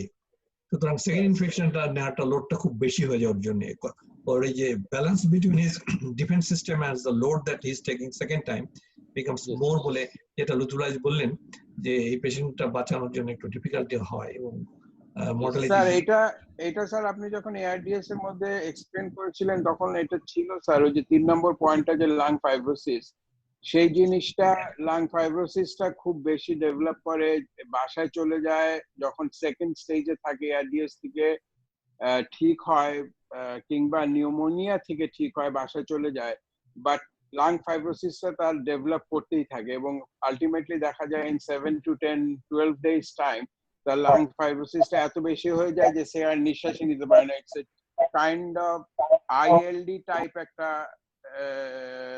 Features তার ডেভেলপ করে এবং সে তখনই তার স্যাচুরেশন কমে এবং তার লাং একদম ইনফ্লেটই করতে পারে না এবং সে আলটিমেটলি তখন সাকাম করে। আমাদের কাছে যে পেশেন্ট আছে স্যার, আমাদের মানে সবাই হয়তো জানেন যে আমাদের ফারুক ভাই সেম পেশেন্ট, টিমা ফারুক সেম ফিচার্স নিয়ে বাসায় চলে গিয়েছিলেন ভালো অবস্থায় এবং এখন এসছেন একদম লাং ফাইব্রোসিস নিয়ে, যার লাংটা ইনফ্লেটই করতে পারছে না। যেহেতু টিমা ফারুক ভাই আমাদের মধ্যেই ছিলেন এবং আমরা টের পেয়েছি, সেই জন্য এখন পর্যন্ত উনি ভালো আছেন, হাসপাতালে আছেন, বাট বেশিরভাগ ক্ষেত্রে এই পেশেন্ট গুলো বাসায় থাকে এবং টের পাওয়া যায় না এবং লাং ফাইব্রোসিস হয়ে ইমিডিয়েটলি কোল্যাপস। আচ্ছা, ওর লাং পিকচারটা কেমন হয়? লাং পিকচারটা একদম স্যার ILD পিকচার হয়, total fibrosis with white lungs এবং একদম ইনফ্লেশন করে না, নো এয়ার ইন। আচ্ছা, খুব মানে কমপ্লেক্স খুব কম হয়, ILD পিকচার যেটা হয় স্যার। অ্যাবসলিউটলি। আচ্ছা, আমি পেশেন্ট সম্বন্ধে বেশি কিছু জানি না, তবে এটুকু জানি যে এমনি ARDS এ যে প্রলিফারেটিভ ফেজ পার হয়, যেটা আরেকটা হয় যে স্যার লাং এত টাইট হয়ে যায় যে স্যার লাং ইনফ্লেটই করানো যায় না। এই মেকানিক তখন যদি আমরা ভেন্টিলেটরে দেই স্যার, দেখা যায় যে আমরা যদি এয়ারওয়ে প্রেসার 30-35 পর্যন্ত দেই, 200-250 এর বেশি টাইডাল ভলিউম রিচ করতে পারে। না, এটা খুব কনসার্নিং ব্যাপার, এটা নিঃসন্দেহে কনসার্নিং ব্যাপার এবং that is happening rather very quickly, তাই না? জি স্যার। এটা যাদের হয়, বিশেষ করে স্যার এটা ডিজিজ লাংয়ে খুব বেশি হয়, যারা সিগারেট খায় কিংবা যাদের ডিজিজ লাং থাকে COPD, তাদের এটা খুব বেশি দেখা যায়। আচ্ছা, এটা ইনফরমেশন আর কি। আমি গুড। ওকে, তাহলে হাবিব আপনার উত্তরটা আপনি পারছেন? জি sir, thank you sir. Add করতে চাই যে আরো সার্টেন কোনো ডেথ রিপোর্টেড যদি থেকে থাকে তো সেগুলো কোনো অ্যারিথমিয়া বা পালমোনারি এম্বোলিজমের মতো কোনো ঘটনা ঘটে কিনা, এরকম কোনো অবজারভেশন কারো আছে কিনা? ঘটে এটাও হয় যে অনেকে যে আমরা ক্লেক্সেন দেওয়ার পরে যে রিভারক্সাবান কিংবা অ্যান্টিকোয়াগুলেন্টটা দিয়ে রাখি, অনেক সময় পেশেন্টরা সেটা খায় না এবং অনেক জায়গায় এটা দেওয়াই হয় না ক্লেক্সেনের পরে, যার জন্য অনেক সময় পালমোনারি এম্বোলিজম, সাডেন ডেথ গুলো মেইনলি পালমোনারি এম্বোলিজমের জন্য। সাডেন ডেথ কখনোই ILD। সাডেন ডেথটা এম্বলিক ম্যানিফেস্টেশন তো এর সঙ্গে অ্যাসোসিয়েটেড, সুতরাং it can be. G sir. ঠিক আছে, আজহার কিছু বলবেন? স্যার, ARDS এ এই সিচুয়েশন গুলোতে আমাদের প্র্যাকটিক্যাল ধারণা নাই, হাই ফ্রিকোয়েন্সি অসিলেশন ভেন্টিলেশনের কোনো রোল হয়তো থাকলেও থাকতে পারতো। এখন এইচএফও তো করা হচ্ছে, আমি বলছিলাম যে এইচএফও এককালে খুবই করা হয়েছিল, বাদ গেছিল, আবার লোকজনের যুগেছে এখন। তো মডার্ন ট্রিটমেন্ট মোডের মধ্যে এইচএফও আছে। কেন যেটা বললো লুথুলাই, যেটা বললো যে ভেন্টিলেট করা যাচ্ছে না, মানে আমি ভালো বড় টাইটেল বলুন পাচ্ছি না, সেক্ষেত্রে এইচএফওর একটা ভালো রোল আছে বলে আমার ধারণা। আমি নিজে তো এক্সপিরিয়েন্স নেই আমার, তবে ধারণা যে probably one of the thing that you can consider, যদি ব্যবস্থা থাকে আর কি। হ্যাঁ, টেকনোলজিতে তো নাই স্যার আমাদের। সেটা আমার আপনি এইচএফওর কথা বললেন, আমিও মেনশন করেছিলাম যে এইচএফও একটা মডালিটি, এবং এখন একটা স্টেজে থেমে গেছিল, কিন্তু আবার লোকজন ফিরে এসছে এইচএফও নিয়ে for a group of patients, সুতরাং হোয়াই নট। অনেক ক্ষেত্রে দেখা গেছে যে স্যার ওই যে ARDS এর এরকম শেষ ক্ষেত্রে যেখানে ফাইব্রোসিসের খুব চান্সেস থাকে, এইসব জায়গায় মানে স্টেটসে বিশেষ করে ওরা একমতে রেখে দিয়েছে দিন সাথে, তারপরে দেখা যায় যে লাইং ফাইব্রোসিসটা একদমই পরে ডেভেলপ করে। আচ্ছা আচ্ছা আচ্ছা, that is an interesting information. Sir আসসালামু আলাইকুম, আমার একটা কোশ্চেন ছিল স্যার। আমি নিম্মি বলেন। জি স্যার, ওই যদি ARDS টাই মেইন ফিচারস হয় এন্ড মেইন কমপ্লিকেশনস, তাহলে স্যার পরবর্তীতে পালমোনারি এম্বোলিজম অর থ্রোম্বাসের মেকানিজমটা কি আমাদের কোভিড এ স্যার? ওটা কিভাবে ফর্ম হচ্ছে স্যার? এখানে আবার আপনি লক্ষ্য করেছেন যে আমরা আলোচনার মধ্যে বলেছি DIC becomes an important issue. ARDS এর মধ্যে DIC বেসড হয় অনেক সময়, quite often, not all of them, quite often. সুতরাং যখন DIC বেসড হয় তখন যেখানে যে কোনো এম্বোলিক ম্যানিফেস্টেশন হতে পারে, এটা that is one way of. এটা সাইটোকাইন স্ট্রম যেটা হয় ওটার সাথে, ওটার কারণে বাকি কমপ্লিকেশনটা ডেভেলপ। হ্যাঁ এক্স্যাক্টলি, আপনি ওই স্যার যখন সরি স্যার, হ্যাঁ বলুন না স্যার, এই যে যখন সাইটোকাইন স্ট্রম হচ্ছে, আগে তো বলা হচ্ছিল যে কোভিডটা মেইনলি হচ্ছে লাংস কে ইনভলভ করছে, কিন্তু এখন বলছে এটা মেইনলি ভাস্কুলার ইনভলভমেন্টে ওর বেশি হচ্ছে। তো ওই সাইটোকাইন স্ট্রমের জন্য যখন সাবএন্ডোথেলিয়াল ইনজুরি হচ্ছে, তখন হচ্ছে আমাদের যে কোয়াগুলেশন ক্যাসকেড যেটা, সেটাকে সে অল্টার করে দিচ্ছে। হ্যাঁ, ভন উইলবেন ফ্যাক্টর যেটা, সেটা মানে হিউজলি অ্যাক্টিভেটেড হচ্ছে, হয়ে এম্বোলাই ফর্মেশন হচ্ছে, যে কারণে এখন ট্রিটমেন্টে স্যার লো মলিকুলার ওয়েট হেপারিন যেটা, সেটা আমরা দেওয়া হচ্ছে আর কি। তো এই সাডেন যে পেশেন্ট গুলা খারাপ হচ্ছে, পরে যে বাসায় চলে যাচ্ছে, তারপরে খারাপ হচ্ছে, সেটা মেইনলি হচ্ছে স্যার এই এম্বোলাই ফেনোমেনার জন্যই হচ্ছে। সেটা পালমোনারি এম্বোলিজম হতে পারে, কার্ডিয়াক ইনভলভমেন্টও হতে পারে। তো সেটা একটা মেইন তাহলে দ্যাট ইজ যে মানে আমরা বলতে পারি যে মেইনলি এটা ভাস্কুলার, সো হোল সিস্টেমকে যদি ইনভলভ করে, মেইন হচ্ছে মেজর আগে লাংস কে ইনভলভ করছে, দেন হচ্ছে পরবর্তীতে আর কি ডিআইসি ফিচার ডেভেলপ করছে। লাংসের দুটো সিমালটেনিয়াস ব্যাপার হচ্ছে, দুটো হ্যাঁ সিমালটেনিয়াস হচ্ছে, এটা না এনা যে একটা বেশি হচ্ছে একটা কম হচ্ছে না, কম হচ্ছে। Thank you sir, thank you আপু।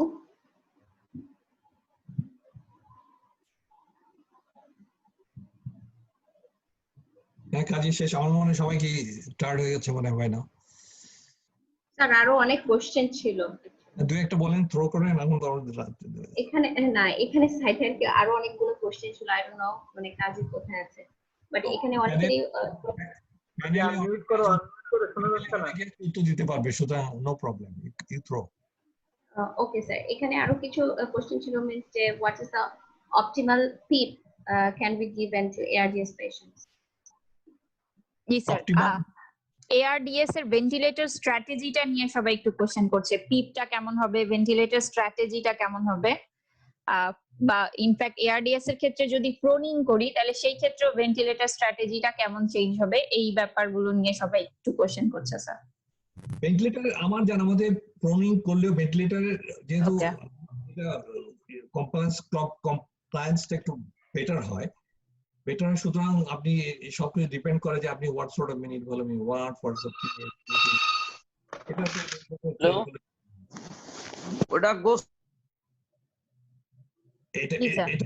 এটার পরে ভেন্টিলেটরের ব্যাপারটা এসে যাবে। তবে যেটা আপনি বললেন যে পিপ বলতে যেটা বলি আমরা অপটিমাইজেশন করতে, বেস্ট পিপ যেটা হচ্ছে যে পিপে আপনি হিমোডাইনামিক্স কে সাধারণত মোটার আগে বলে আর কি, হিমোডাইনামিক্স কে করবে না, হেমোডিনামিক্স অক্ষুণ্ণ রেখে যে নিশ্চিত দেওয়া যাবে সেটাকে সাধারণত বলা হয় যে বেস্ট পিপ অথবা অপটিমাল। Okay sir.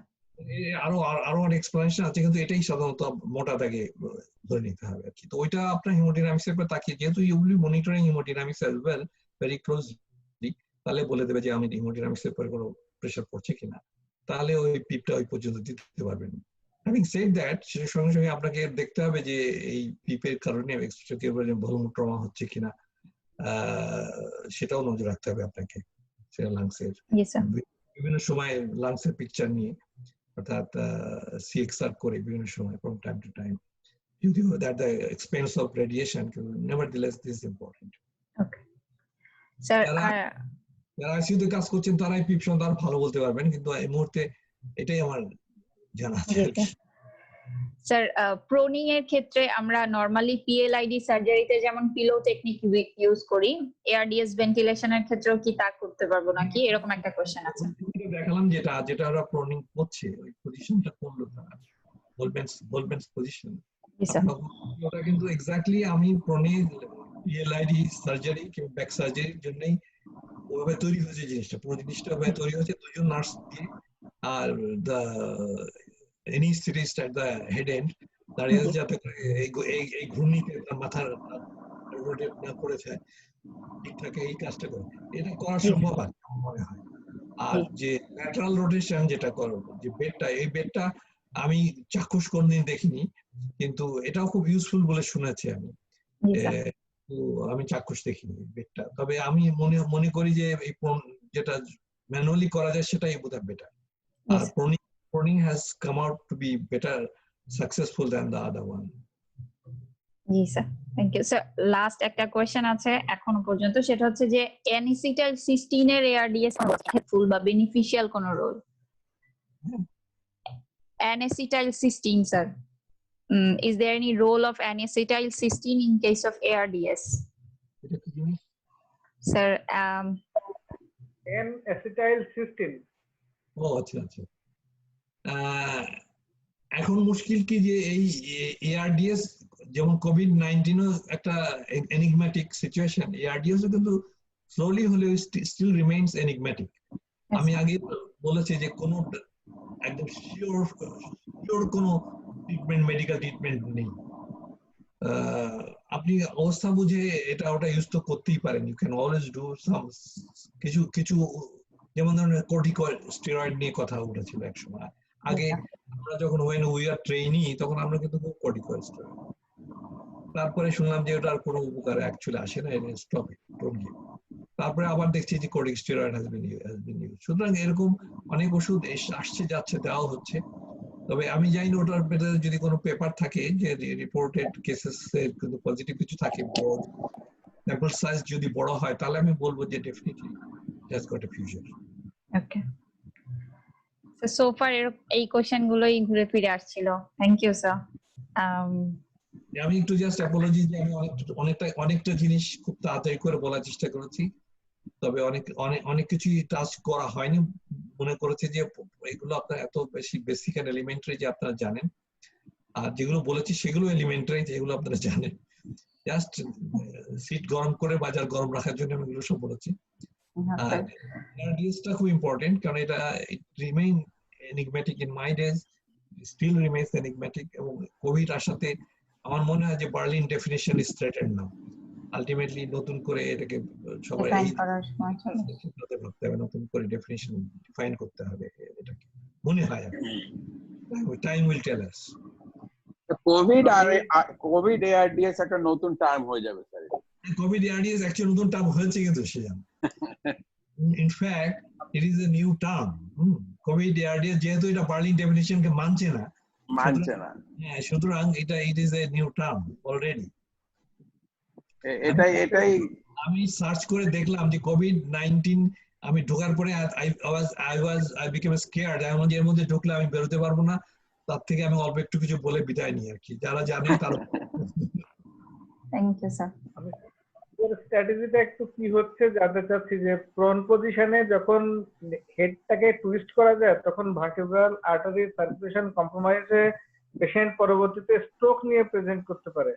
তো আমাদের আমাদের বন্যা যেখানে কাজ করছে সেখানে কি করছে, ওরা কি মাথাটা সোজা রাখছে নাকি? দেখতে পাচ্ছেন?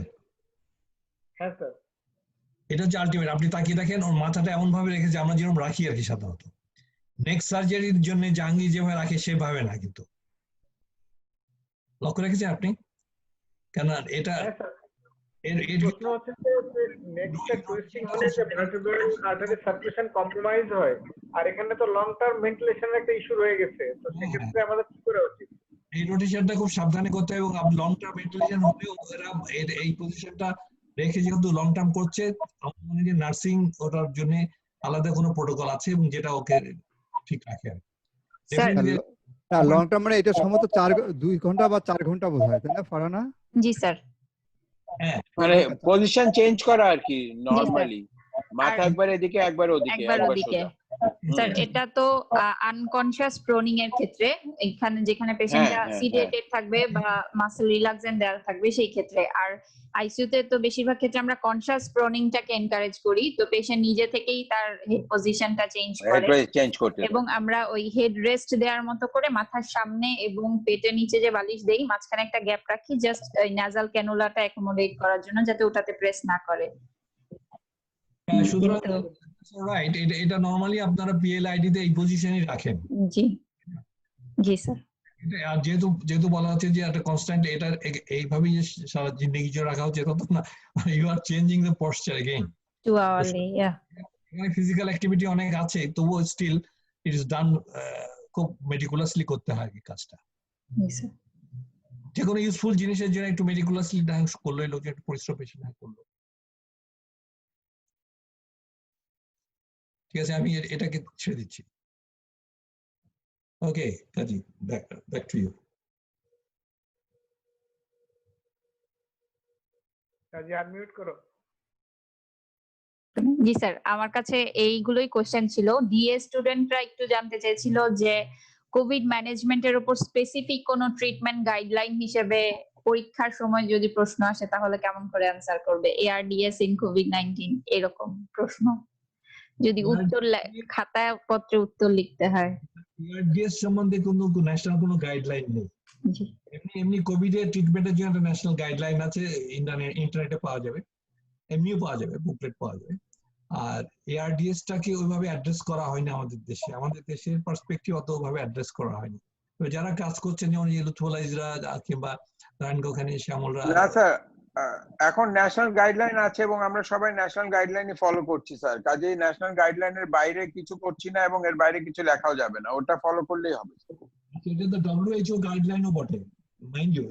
আমাদের ন্যাশনাল গাইডলাইন স্যার WHO থেকে ই করেই আমাদেরটা তৈরি করা হয়েছে, so it's national guideline, but আমাদের দেশের মতন করে করা হয়েছে। এই ARDS সম্বন্ধে কি আলাদা কিছু করতে গাইডলাইন দিয়েছে না? ওটা সব আছে স্যার, ওখানে স্যার সব আছে স্যার, ওটা আমি দেখিনি, সব আছে। That would be good. তাহলে আমার মনে হয় যে let him look at that. ওকে বলে যে ন্যাশনাল গাইডলাইনে একটা আছে, আমরা ইন্টারনেটে খুঁজলে হয়তো পেয়ে যাবো। ARDS এর গাইডলাইন টুকু নিয়ে ও যদি লেখে তাহলে হি will B champion. G sir. Sir মোটামুটি এগুলোই আমার কাছে কোশ্চেন ছিল আজকের মতো। স্যার তাহলে আজকের মতো শেষ করি স্যার। আচ্ছা ঠিক আছে, আমি খুশি হলাম আপনারা এসেছেন, কিন্তু আমি জানি না এতে কি কি টেক হোম মেসেজ কি কি আছে আপনারা, আমি জানি না। তবে আলোচনা ভালো হয়েছে, অনেকে অনেক রকম অপিনিয়ন দিয়েছে এবং অনেক কিছু আমরা নিজেরা জানতাম না, সেগুলো থেকে জেনে সমৃদ্ধ হলাম। আর আমার মনে হয় যে এটা অনগোয়িং থাকুক, জি স্যার, অন্য সবাই পার্টিসিপেট করুক এবং সবাই ভালো থাকুক। জি স্যার। নেক্সট দিন মেসেজটা খুবই ভালো ছিল, একদম অ্যানাটমি থেকে আরম্ভ করে ARDS পর্যন্ত স্যার আমাদের যথেষ্ট শিক্ষণীয় বিষয় ছিল এখানে স্যার। আর আমাদের প্রোগ্রামটা কন্টিনিউ করতে থাকবে। সবার কাছে আমরা আবারও বলছি আমাদের প্রোগ্রাম কন্টিনিউ করবে। ঈদের আগে আমাদের নেক্সট প্রোগ্রাম হবে 21 তারিখ, নেক্সট মঙ্গলবার। স্যার ওখানে নিউরোমাসকুলার ব্লকিং এজেন্ট নিয়ে Lutful Aziz sir neuromuscular blocking agents and overview নিয়ে আমি কিছু বলবো। আর ঈদের পরে আমাদের প্রথম হবে অগস্টের 5 তারিখ, সেটা বুধবার। সেদিন বঙ্গবন্ধুর chairman and professor Akhtaruzzaman local anaesthesia নিয়ে কোনো অ্যানেস্থেটিস্ট নিয়ে ইনশাআল্লাহ কিছু কথা বলবেন। আমাদের প্রোগ্রামটা চলবে, আমরা সবাইকে এখানে আস্তে আস্তে করে আনার চেষ্টা করব।